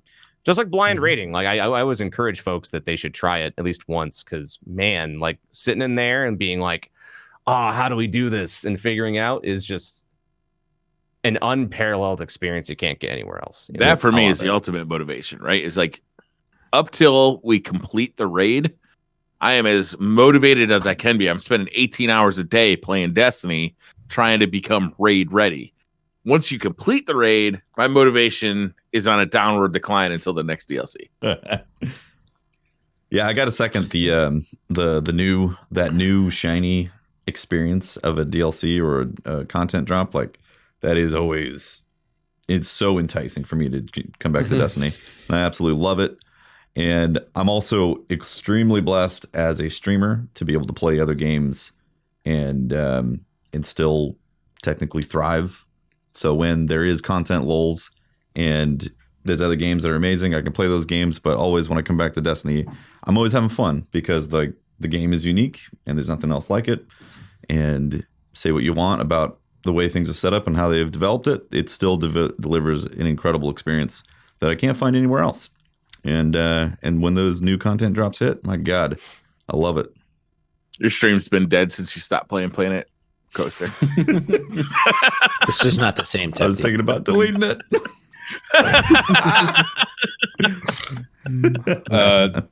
What keeps me coming back to like play the game is honestly the community around it. Just random. I mean, we do amazing shit with the community, Guardian Con, just the community itself, and then there's also just really weird stuff like, guys, the 15th wish is probably tattooed on Holtzman's ass, and that's why we're never gonna find it. That did you guys see that Reddit post? I did not see that. Yes. I heard that Reddit is trying to find someone who you will date and see if they'll have it. Yeah, So it's like unsheathe get some thy ass pants. tit, you know. I leave for 2 days, unplug from the internet, and I come back, and the internet's collectively wanting to look at my ass. So hey, here we go. Great. Merry Christmas, dude. Are we gonna get that right now? Huh? No. Your ass. No. That's what I signed up for. Yeah. I promised. We promised. Man, Yeah, sorry. man. Yeah. Yep. Yeah. All right. Well, if you're an audio listener right now, Patrick is actually unbuttoning. No, I'm not. It's a lot hairier than I thought it was gonna Yeah, be. that This is crazy. Damn, man, it's a Did forest. you, I mean, did if you have you're- to shave for the tattoo, man? Like, Wow. You that's know, an actual question. Did you have to shave to get your button? Just get tattoo? That's a lot of hair. You know, I will have to shave to get the tattoo. Well, Mhm. I mean, to fit that many symbols, it's a lot of space. So how many? Like, It is you gotta shave a excellent. lot or Excellent a little? work. Or Right. Is that tattoo artist under NDA now? You know what we got to do, Tefty? Is we got to have a counter on the podcast, the video version. Yes. How many days it's been since they promised to get a butt tattoo? days since butt tattoo? Yeah. Like we got to start like getting serious about this. Yeah. Days Still Instinct. Like Past- public shaming needs to be a real thing here. Yeah. We've already talked about please this. don't public shame people. Please don't public shame people. What if like your left cheek? Even as a joke, please don't do that. oh, don't, I'm glad you're kind of on my side there, T. Yeah, Thanks. listen, we have fun, but I don't want to. Listen, We just got done talking about how ravenous the Destiny community is. And we're gonna do that, like, please. back to the tattoos. How about your left cheek is the past traveler and your right cheek is the current traveler, all busted up?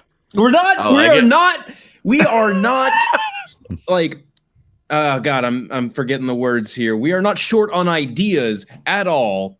In the Destiny We're short community, on you courage. can What take whatever. is Yeah, the go ahead. problem? Whatever ideas you have, keep toss them into Twitch chat. I will continue to ignore every single one. Because it's my own ass, and I'm going to be the one that decides what goes on the tattoo. All I gotta right? say that looks like a mullet-proof haircut you got there too. It is. There was a time frame actually on the mullet, and I have since passed that time frame. So now we're just gonna say in the future there will be a mullet. There. All right. Holtz, Loads of at already- least, a lot of least you forget I promises, am man. 50% of that ass tattoo. Yep. Don't I worry. am 50. You could be future traveler. You could be past traveler. I could be. That's a great idea, Yeah. Tefty. You'll be past traveler, busted ass Yeah. traveler. I feel and like I'll be the at 200 new days hotness. it ought to move up to be a tramp stamp. Holtzman, I want you to know that Holtzman, I am your friend. I Thanks. care about your well-being. Thanks, Yeah. man. Blink Yeah. twice if you're being I bullied. just want I just want to be here to support you. Thanks, man. Hey, No. T-Rex, I am taking this like it was intended, as a serious venture into raising money for charity. I'm not apparently. That's what I'm getting. I am Well, it fully is prepared November 8th. to getting a half a heart tattooed on my ass, for charity. And there's one part of this that is dragging his feet you know, and you missed a very obvious joke there, but continue. I know, I'm so sorry. Yeah, we go over this every episode. Can we just? And we will. And we will Until it's continue. every time. This ain't done, man. Mm-hmm. Lone Star in RTA says, "Would you rather drink tea or eat a dinosaur?" I gotta eat a dinosaur, man. I mean, I get to drink tea every day, but I only get one shot to eat a dinosaur. I'm eating that dinosaur. You've never had alligator or chicken? Not the same, man. Yeah, not the same. Not the same. I want to eat some like T-Rex or Brontosaurus. This has got to be They don't call it prehistoric. a Brontosaurus anymore. I wonder if you could like go. How disappointing unearth would some it be if it bones. tasted like chicken? Yeah. No, you need to go like unearth some bones, like get that archaeology degree, go find a site, dig up some bones, like make a stew out of them. You know, just boil those fuckers until you got yourself. They're- You getting Rock. the marrow? Mm-hmm. No, They're just I rocks. mean, are we talking about Jurassic Okay, Park? let's uncrack some amber. Like find Yeah. some amber. Oh, You Are we know? bringing we're them doing back full to Jurassic life? Interesting Park turn of events Yeah. this has turned Yeah. into. I mean, is this just big? Yeah. no, I'm with Holtz. Do I have to Get the hunt degree. the dinosaur? No, you get the degree. You go to the dig site. You dig up the bones. You make some marrow stew out of that. And then you throw There's some no chicken marrow in there. That's just bone, man. It's all petrified. I'm sure there's something left. Or that's I've all rock. It's like millions of years I old, feel man. offended being here. Right now. I don't know. Yeah, I just want you to know that I'm here to support you, and I'm. I don't believe that for a second. Wise You choice. are a I see wise, he's got like man. he's got it's like a cartoon where you zoom into his eyes and the back of his head he's got like a fork and a knife and like a bib on his head. He's just ready. If you were edible, I would probably want to taste. Never mind. If we ever go on a plane ride, I'm going to invite you. That's for sure. Yes. See, Briar's always the guy that we pick to eat first. If we crash in the mountains. Yeah. Oh, okay. That's where the airplane came in. Yes. Was Yeah, you for were a not murder here present. plane that I didn't Yeah, know yeah, about. yeah, Was The murder E plane, 40,000 mile, 40,000 feet up. Murder plane. oh man. Solid says, "Why do you think we haven't seen faction rallies yet? And what?"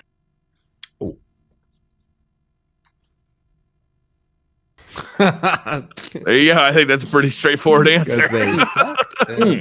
Uh-huh. Did you guys know this? That developing shit takes time.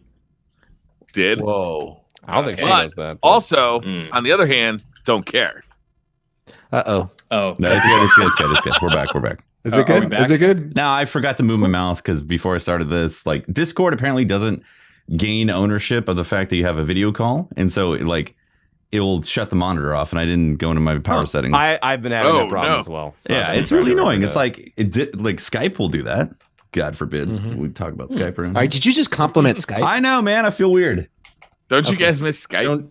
Wow, No, a little bit. Skype was so great. I don't Actually, like. I no, don't like how good having we the had it. flu. So no. I Skype don't. right now is in a really good spot because they said, okay, we're not supporting it anymore. Like there's no ads on it. It's basically Skype as it was, 5 Yo. years ago. Indie well, developer Skype. that's if you have old Skype.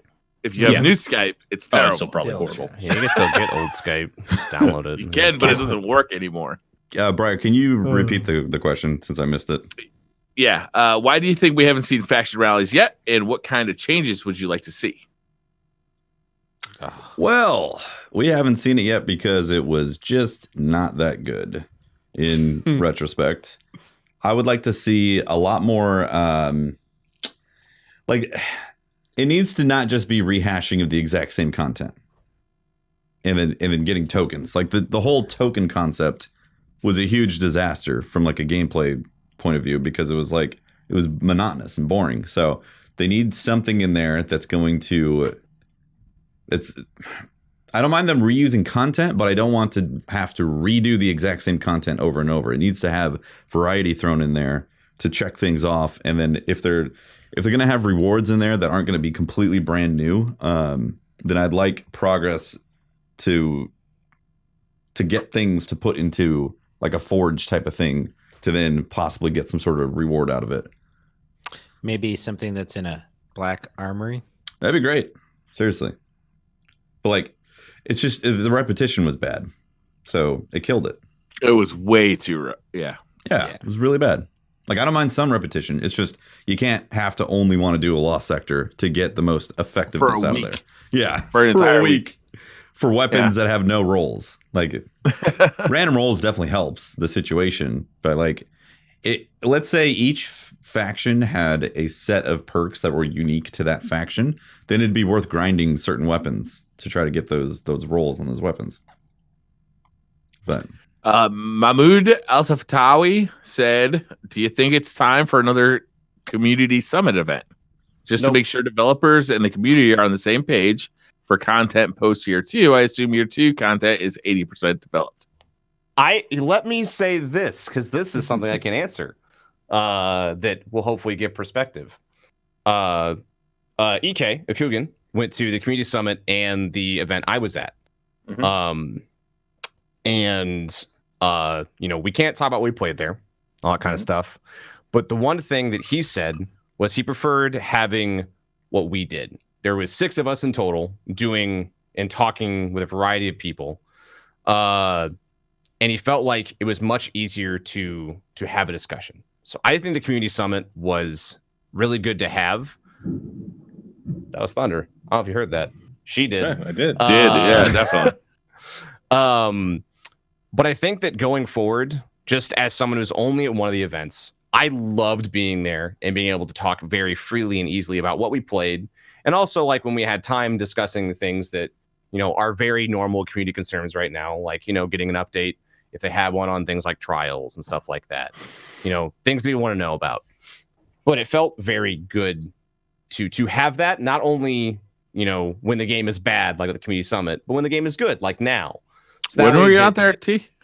I was out there 2 weeks ago, 3 weeks ago. Oh, my bad. No, I didn't go to the community summit. I was on vacation. I was invited, but I wasn't able to go because I already had vacation planned. And I was like, hey, Bungie, you want to give me all this money for my vacation back? And they said no. So that's what happened. So I do not think they should do another community summit the way they did it before. I think they should continue doing what they did with my small group. You bring in a small amount of players, whether they're creators or not, get their feedback the way they did with us, and then continue as normal. Don't make it into what kind of felt like turned into a circus, not on purpose, but in the sense that the community saw it as only creators got invited, creators ruined the game, all these things that were, not true, but because of the way it was seen, was created that way. So I would say they should continue doing with what they did with my group and not have it be a situation to where, people come back with footage. Because I think that the problem there is, although you get the great feedback that you need, you might end up with an image problem, which we already discussed that Destiny already has. So I would say if they want to continue sending the correct message, make sure that your community events are community centric and cannot be possibly seen as them bringing creators out to sell the game to their followers. Yeah. So I think that was a big problem with the community summit. I don't fully, I hear what you're saying, but I don't fully agree with that. That's the message that came out of the community summit, because if somebody got that message, then that was something that was already in their head about. I don't entirely disagree with that at all. Right. So from somebody who went there, and spent the time there, there's always going to be people after that said, well, you guys did this or that there to the game. The people that were there, of course you heard from the content creators because they're content creators, but there was a lot of people that were there that weren't. Yeah. So I'm well aware. You're not. Yeah, I know. And so, I mean, I think we all talked about it. We all talked about how open the conversations were. There were content creators there, but there was a lot of people that were not. They were just regular hardcore people on the forums. And the conversations were open and, they could have been more productive. I think where I agree with you is that smaller groups, as an educator, one would tell you that in a classroom, smaller groups are always better. Once you get above 6, 7 people in a group, it starts being difficult to actually make progress on a topic. It gets very convoluted. So I completely agree with you, taking a different form, not making it as high profile, and bringing people in like yourself who love and have a great perspective of the game and getting immediate feedback on it is a much more efficient way of doing it. I don't think that the summit was a failure in any way. I think it. Oh, I'm not saying that either. And I'm not implying that you are. I'm just saying that I think that if people are viewing it as something that wasn't productive, I think there was more efficient ways of doing it, but it was something that was needed at the moment. And it was as much a PR thing to say, okay, look, we're bringing people together to right this ship. Which is why I mentioned that I don't believe it is smart to have another one, because I don't think that they should send that message or need to. Right. It had its point in time. Mm-hmm. The question was, yes, should they have another one? And my answer is no, I don't believe and so. I agree with you. I agree with you that they shouldn't have another one like that one. Yeah. And making it public and broadcasting it and being like, we're doing this thing and I want you guys to know, the fans. Completely we're talking to these with you. people. Like, also, they shouldn't do that amount of people. Just that amount of people. Yeah, because it was, how many was it? They're like 25. It is a very large amount of people. It's a lot of people to get opinions across in like a day. Yeah. And knowing the Destiny community, like, it's a lot of people, and it kind of turns into, I think a lot of people are there in earnest because they want what's best for the game, and they're representing so many different groups of people, and they want to make sure they do right by their community as well as the Destiny community.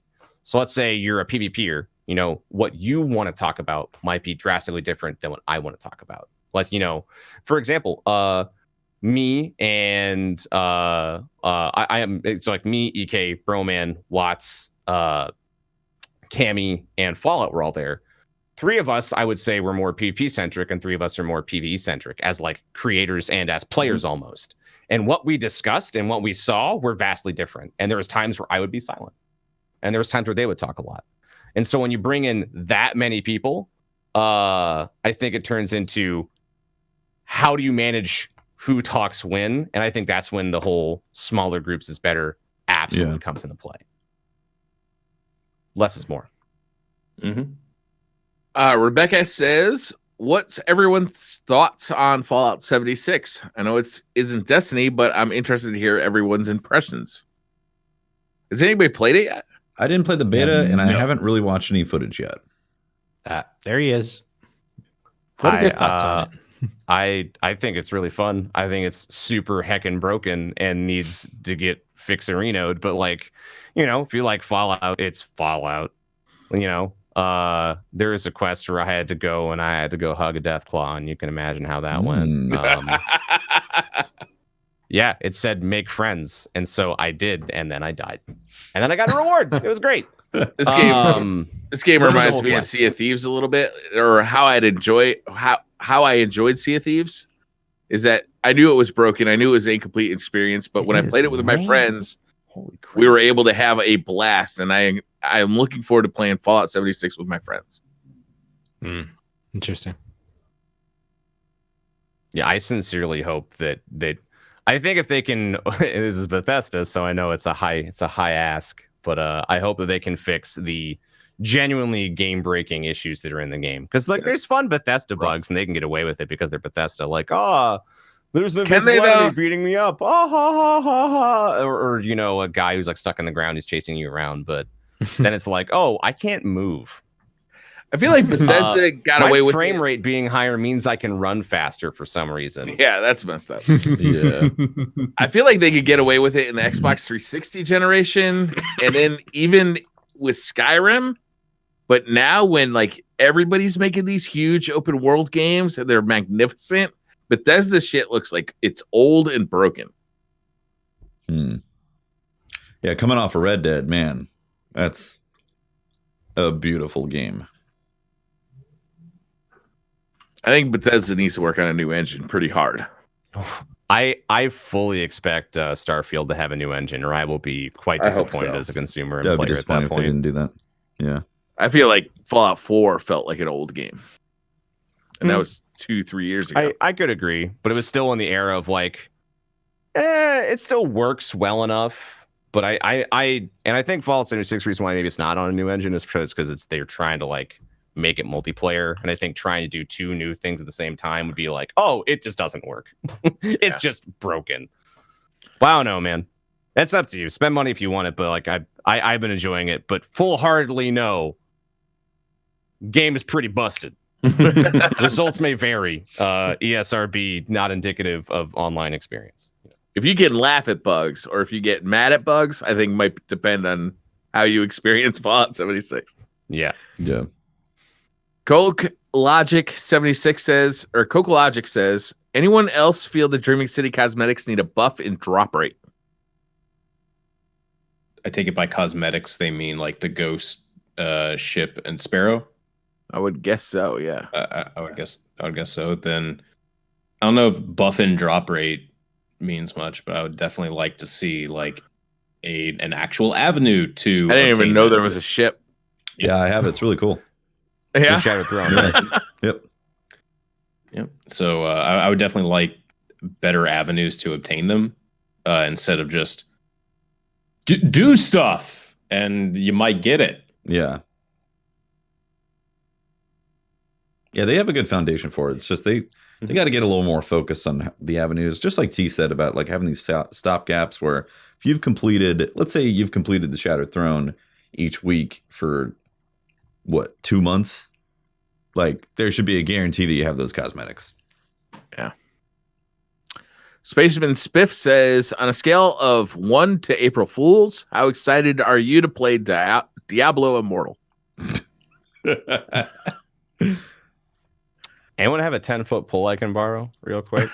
Just gotta not touch something. To distance myself from this conversation. I don't play mobile games, so I'm just not interested in general. Same. I play mobile games, and I'm actually excited to play Diablo Immortal. Yeah. I'm not gonna lie to you. Like, I hope it's not just a pay to win type of situation. I hope that it actually feels like a Diablo, like a full blown Diablo game on my phone or my tablet. I don't know if it's gonna feel like that, but like that would be a pretty cool experience to have that on the go. Briar, the better question is, are you going to upgrade to the Razer phone that is built for gaming and has a 120 hertz screen? No, man, I don't like Google fucking stealing all my data in my pocket, so I'm going to skip the Android scene for now.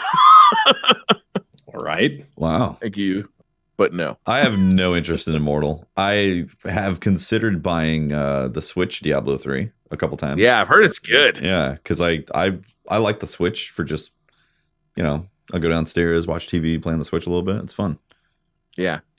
That's a perfect kind of couch game. Like you're watching like a terrible movie with your significant other that you don't want to be watching. You whip out the Switch. Reach over, whip out the Switch, and start grinding some Diablo. Perfect. Oh, man. Dude, Dead Cells on the Switch? Love it. Oh, that's a great game. Yeah. Daniel Talbert says, given the current state of the world, would you like to see flying penguins or grounded eagles? I feel like this is no brainer. I'd much rather see flying penguins than grounded eagles. Yeah, You're giving the gift of flight as opposed to taking it away. Yeah. That's a fucked up question, Daniel. Jesus, man. Think before you ask. Now, hold on. Uh-huh. Talk to me, Holtz. Okay. Devil's advocate in this conversation. Uh-huh. What if taking flight away from an eagle allows it to gain a greater respect for what it once had? And then it could move on. Like it would then go, wow, I've been kind of a dick flying over everyone, attacking when they can't see. And I have to think about ways to it like ends up dying because it can't hunt anymore. Yeah, it can't hunt anymore. So and then, it like, dies it has to out go completely. Yeah, it has to go like vegetarian or vegan. Why do you hate America? What if it's like a Daredevil situation where when you take away the gift of flight to like an eagle, its other senses become even better? Like it can attack turns stuff into a with, crime fighting eagle, dude. Yeah. Like You can't fly anymore, but your power of shitting is off the charts right now. it can see way better now. Too bad it's just on the ground. It's got X-ray vision, but it can't fly. There you go. What if It's got talons what if the eagle that could, cut steel? It cut steel, yeah. And its voice becomes so powerful, like the sonic waves could then deafen stuff and like. It already is. It's like that scream. Yeah, but now it's like it's really better loud. Now it shatters your eardrums. Mhm. I don't know, If man. you could have any superpower, though, wouldn't you get the power of flight? Yeah, But once again, I think we should give the we're penguins flight.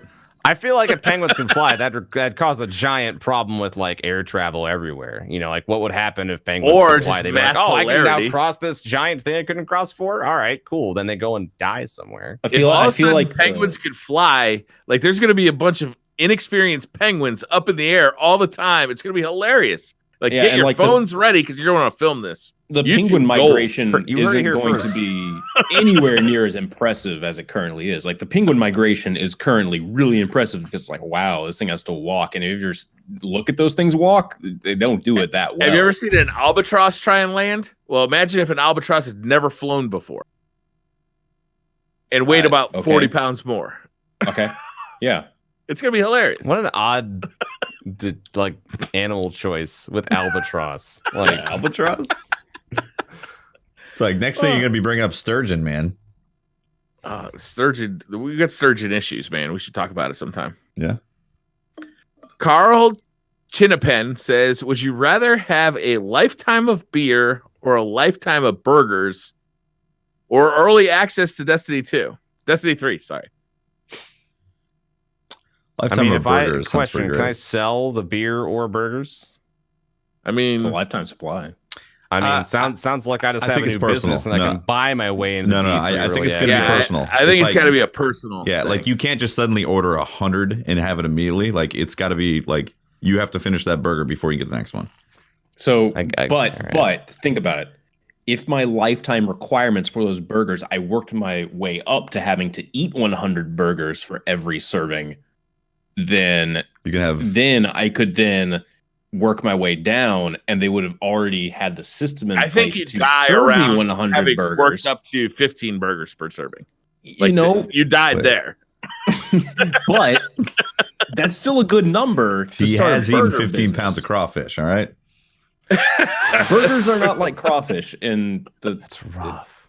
Yeah, T. How do you feel about 15 pounds of crawfish? Yeah, like I'd be dead. Like a normal person. Yes. But yeah, I feel like I take the early access because I don't really drink and I'm not a big red meat eater anyway. So they could be. I don't feel like I'm to be trusted with a lifetime supply of beer or burgers. Like this is not going to be good for me. I'll take Destiny 3, please. Okay, hold up. What if it's like red meat that isn't affecting the environment and is also good for you? So this is fantasy like red meat right now. Burger. Yes, this is an impossible fantasy red meat burger. All right. Are you trying to sell me on some vegan burger bullshit? No, it's not vegan. I feel like this is a trap. Like I would say it's vegan because a lifetime supply of vegan burgers is a big no. Obviously, nobody wants that. If these things aren't made out of kale, I'm going to be very upset. No. This is some fantasy red beef where you do not have the bad effects of red beef, and it's good for the environment. Man. A lifetime supply of healthy burgers? Yeah. That'd be great. Hey guys, I'm sorry. I hate to do this, but my daughter is you're good, man. Coming down with a fever, and so she's crying and the wife needs help. So Pope you guys, he just accepted a lifetime supply of burgers, so he's got to go eat some. Oh, cool. You guys, thanks everybody. I'll upload my audio, but I'm gonna go help my wife. Okay, sounds good, Pope. Love you, Pope. Bye. Joe Arnold says, "How many exit the call and it's gonna fuck up all?" Yep. There it is. There it is. Called it. He rejoined. Rejoined. All right. Hey. Thanks, Pope. Joe Arnold says, "How many push-ups can Tefty's beard do?" About 350. Ooh. Hey, pretty good. Memes.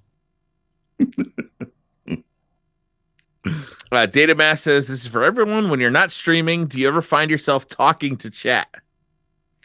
No, I find myself looking at chat. I look over, like I'll when you're playing video games and you're not streaming. Yeah, when I'm not streaming, like the act of like wanting to see if anyone's saying anything or just like wanting to talk to someone in general.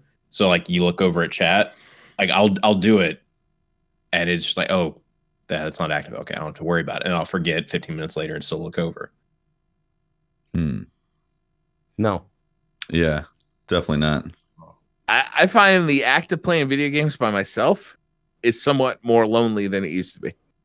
But I don't talk to chat when I'm not streaming. I love playing games on myself. I talk to Tony.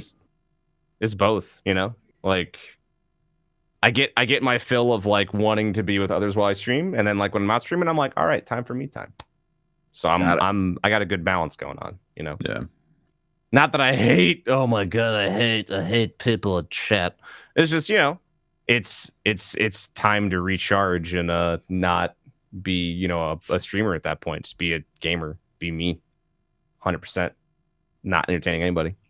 Yeah, I think that's very important, honestly, as a streamer, to like have that reset button, whatever it is for you, whether it's playing games offline or going for a walk or something, or like I think it's very important. And I go take pictures of kids and post them on the internet. Interesting. Ha ha. I'm worried now. Anybody who just joined the podcast has never seen an episode. They'd be like, "Whoa!" Doesn't know that Briar is like He's a photographer of.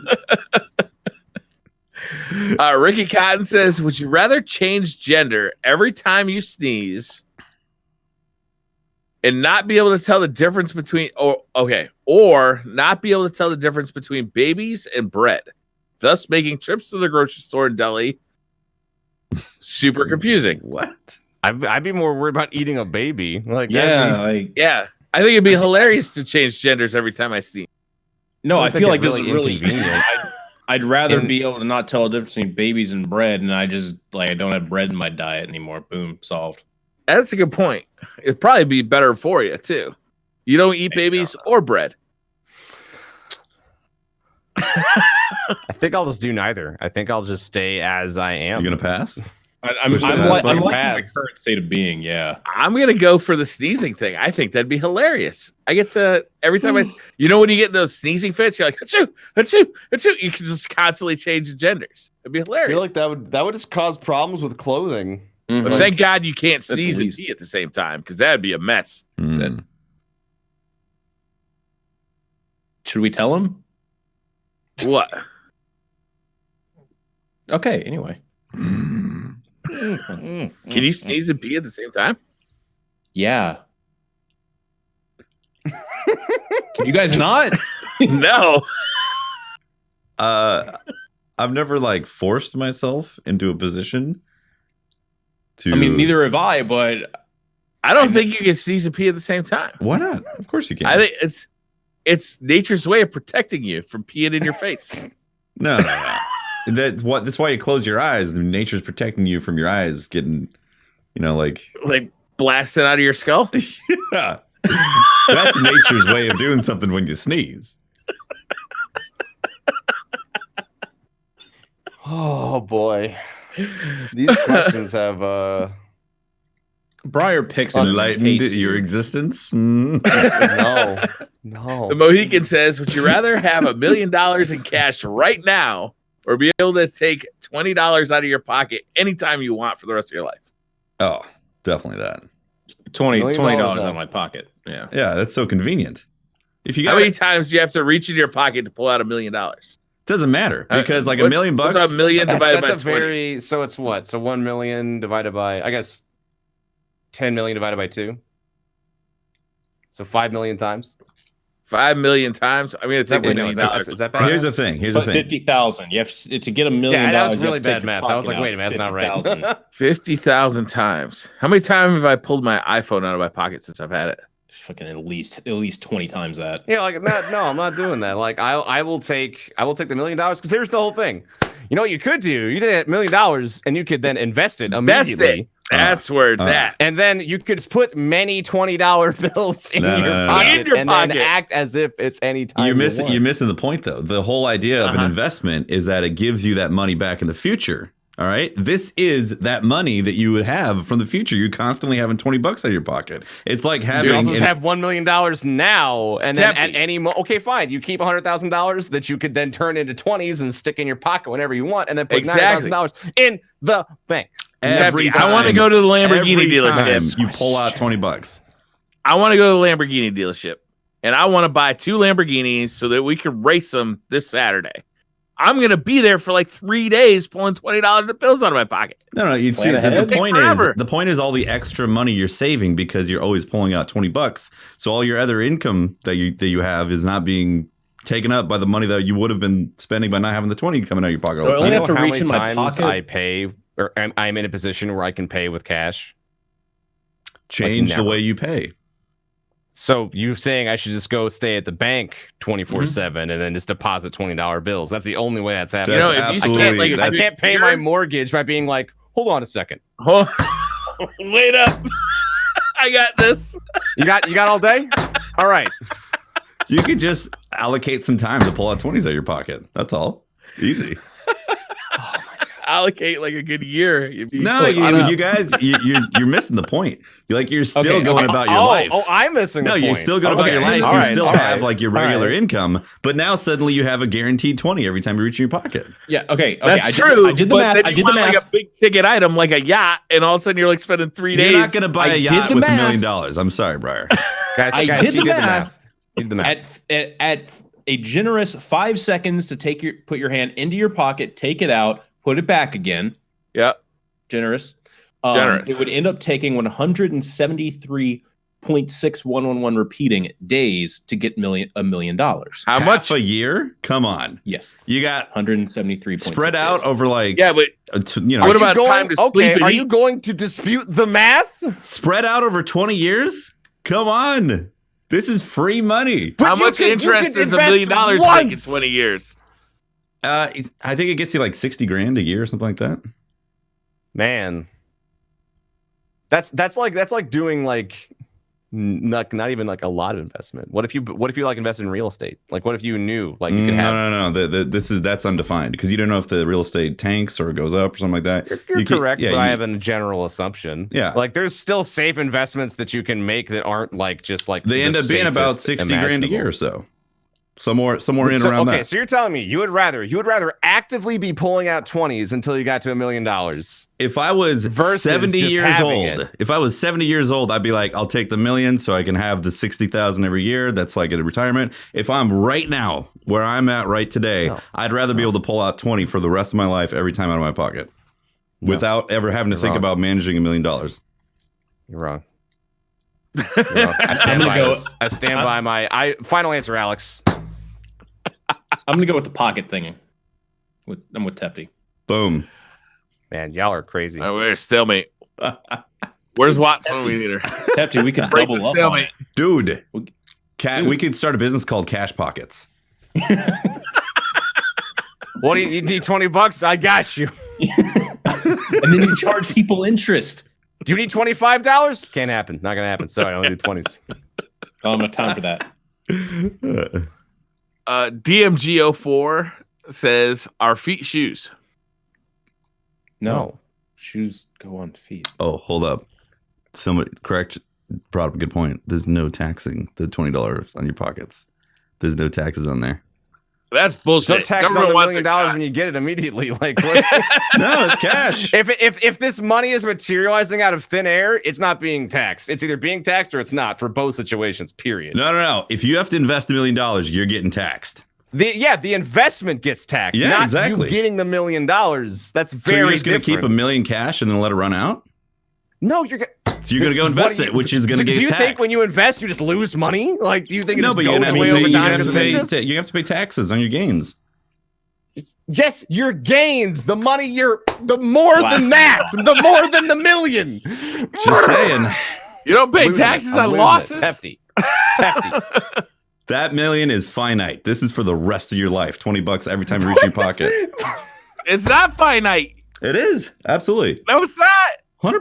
It's $1 million. Okay, That's it. Okay, what happens if the value of the dollar plummets in inflation? I mean, what happens we're both, then? we I've both invested have a early, problem. so then. I've been scaling. You're still pulling out $20 bills. You might as well be throwing pennies. I pull them out quicker. Pennies out of your pocket. Pull them out quicker. Dude, I mean, I spent the half year. All right. Here's what you do. I got it. Two hands, man. Two-handed. All right. No. Multiple I got pockets. it. You spend for the first year of the $20 bills. See, I got it. We could compromise. Okay. Let's say, yeah, I like compromise. You're pulling your 20s, right? Uh-huh. You're paying a scientist. You're paying a scientist to develop pocket emptying technology. Ooh. Right. I like this. And then all you have to I'm do is building a like, oh robot man, I need like $1,000. You walk into your like pocket chamber, Yes. like hands just kind of materialize and start pulling them out like crazy. Yes. Solved it. There it is. Solved it. That's Done. it. That's the answer. That's the answer. just saying, I would DMG04 take says, I would why take the are whole- dogs? What? DMG04 says, why are dogs? Yes. Inconclusive. Inconclusive. The Mav show says, hard or soft tacos? Soft taco. Yeah. Depends on how Street- hard. Street tacos. Soft tacos. I like the crunch. If I'm in a more savory mood, crunchy tacos. If I'm in a I'm really fucking hungry mood, soft tacos. Oh, no. I forgot to move the mouse.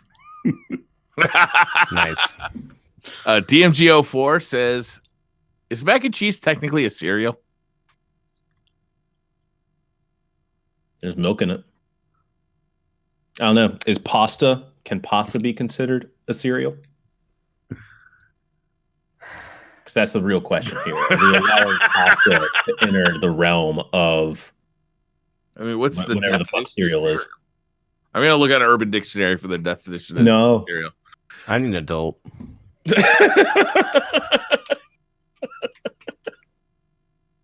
All right, Urban Dictionary's definition of cereal. No. This Don't is go not there. what we're doing. Don't go there for. Oh, A box of sugar with pretty pictures. Mac and cheese fits that definition. Is there sugar in mac and cheese? Probably. Probably. It's America, so man. yeah. Yeah. All right, that's it. That's the podcast. Really? Great show, guys. Uh, Click. That's Mac and cheese is mac and cheese, by the way. It ain't no cereal. is mac and cheese. Which do you prefer, the deluxe or the powdered? I would. Yeah, I can't really answer that because I'm gluten free, so I can't. My options are limited. Homemade. Yeah. homemade. Oh, of course, Okay. homemade is better. But given the choice of deluxe or powdered, I will choose homemade. All right, yeah, I will choose to starve. He's gonna pull out his. He's gonna have cash pockets where he pulls out $20 every time to go and Pulling get out as much macaroni. cheddar as possible to make 3 cheese mac and cheese at home. One pocket pulls out like the cheese, one pocket pulls out the macaroni. Then do you like unzip to like pull out the milk? There you go. Now you're getting oh, yeah. would that change your answer if you had to pull out the $20 from your fly instead of your pocket? Oh, take the million. Yeah. Easy. 100%. You know, and you had to unzip every time. Ah, yeah, but that's you'd how be it refreshes. The Oh, then- social then- awkwardness is like off the charts. We're quickly getting into like, okay, 15 At BMW, they're just seconds. gonna be like, "Do what you have to do, dog." I want that cash. There you go, crotch cash. Oh my gosh. Yeah, that would just at 15 seconds, that would quickly go into 520 days. To get that 2.5 $1 million. years to get $1 million out of your crotch. I think, yeah. Mm-hmm. I mean, that technically could be your job, just pulling money out of your crotch. Dude, I mean, that's what I was saying. At the original 5 seconds, I'm just going to consider my job for an entire year to be sit in a room and pull cash out. yeah. You know? Reaching in twice, you made $40 in an hour. It's like 12 hours a day God of damn. just pulling cash out of my pockets. We need to What end if this. each We need to bill end this was podcast. just slightly moist? Oh, Brian, you're ruining the fantasy, man. Jesus. All right, let's wrap this one up. Yep. Holtz. Who goes first? Pope's not here. Holtz, you're supposed to go. Oh yeah, hi. I'm Holtzman. I'm bad at math, so my numbers probably sucked. You can find me at Holtzman_YT on Twitter. My entire argument was based around me doing that math correctly, and I'm fairly certain I probably messed that up. It doesn't matter. Yeah. I'm Tefty Teft. You can talk to me at Teft on Twitter. You can catch my streams, twitch.tv/Tefty Teft. Been doing a lot of variety lately. Very excited about Black Armory, all that stuff. Also excited about Fortuna. Let me check that out. Hitman 2? Anybody? Hitman I'm considering playing Hitman 2. Because like Fallout 76 and Hitman 2 are essentially like within 24 hours of each other. I think I might pick up Hitman 2. We'll see. I want to play Fallout 76 with friends, and I want to play Hitman with chat. There you go. T-Rex? I'm T-Rex. If you, for some reason, want to watch me, twitch.tv/T-Rex, TEAWREX. I play a lot of games. I love to see you. I stream every single day. I take 10 days off a year, and that's it. On Twitter, I am at the T-Rex, not at Presser Broman. That's a different person. I promise. Yeah, solid. All right, we did it. We Brian, made Hold it. on. I'm Brian Rabbit. All right. And I apparently don't matter. They'd eat me if a plane crashed. See you next week. Facts. Definitely facts. Yeah, nailed it. All right. Stop. Bye, everyone. You can stop recording. All right, we're going to roll credits and be back for some sub readouts live.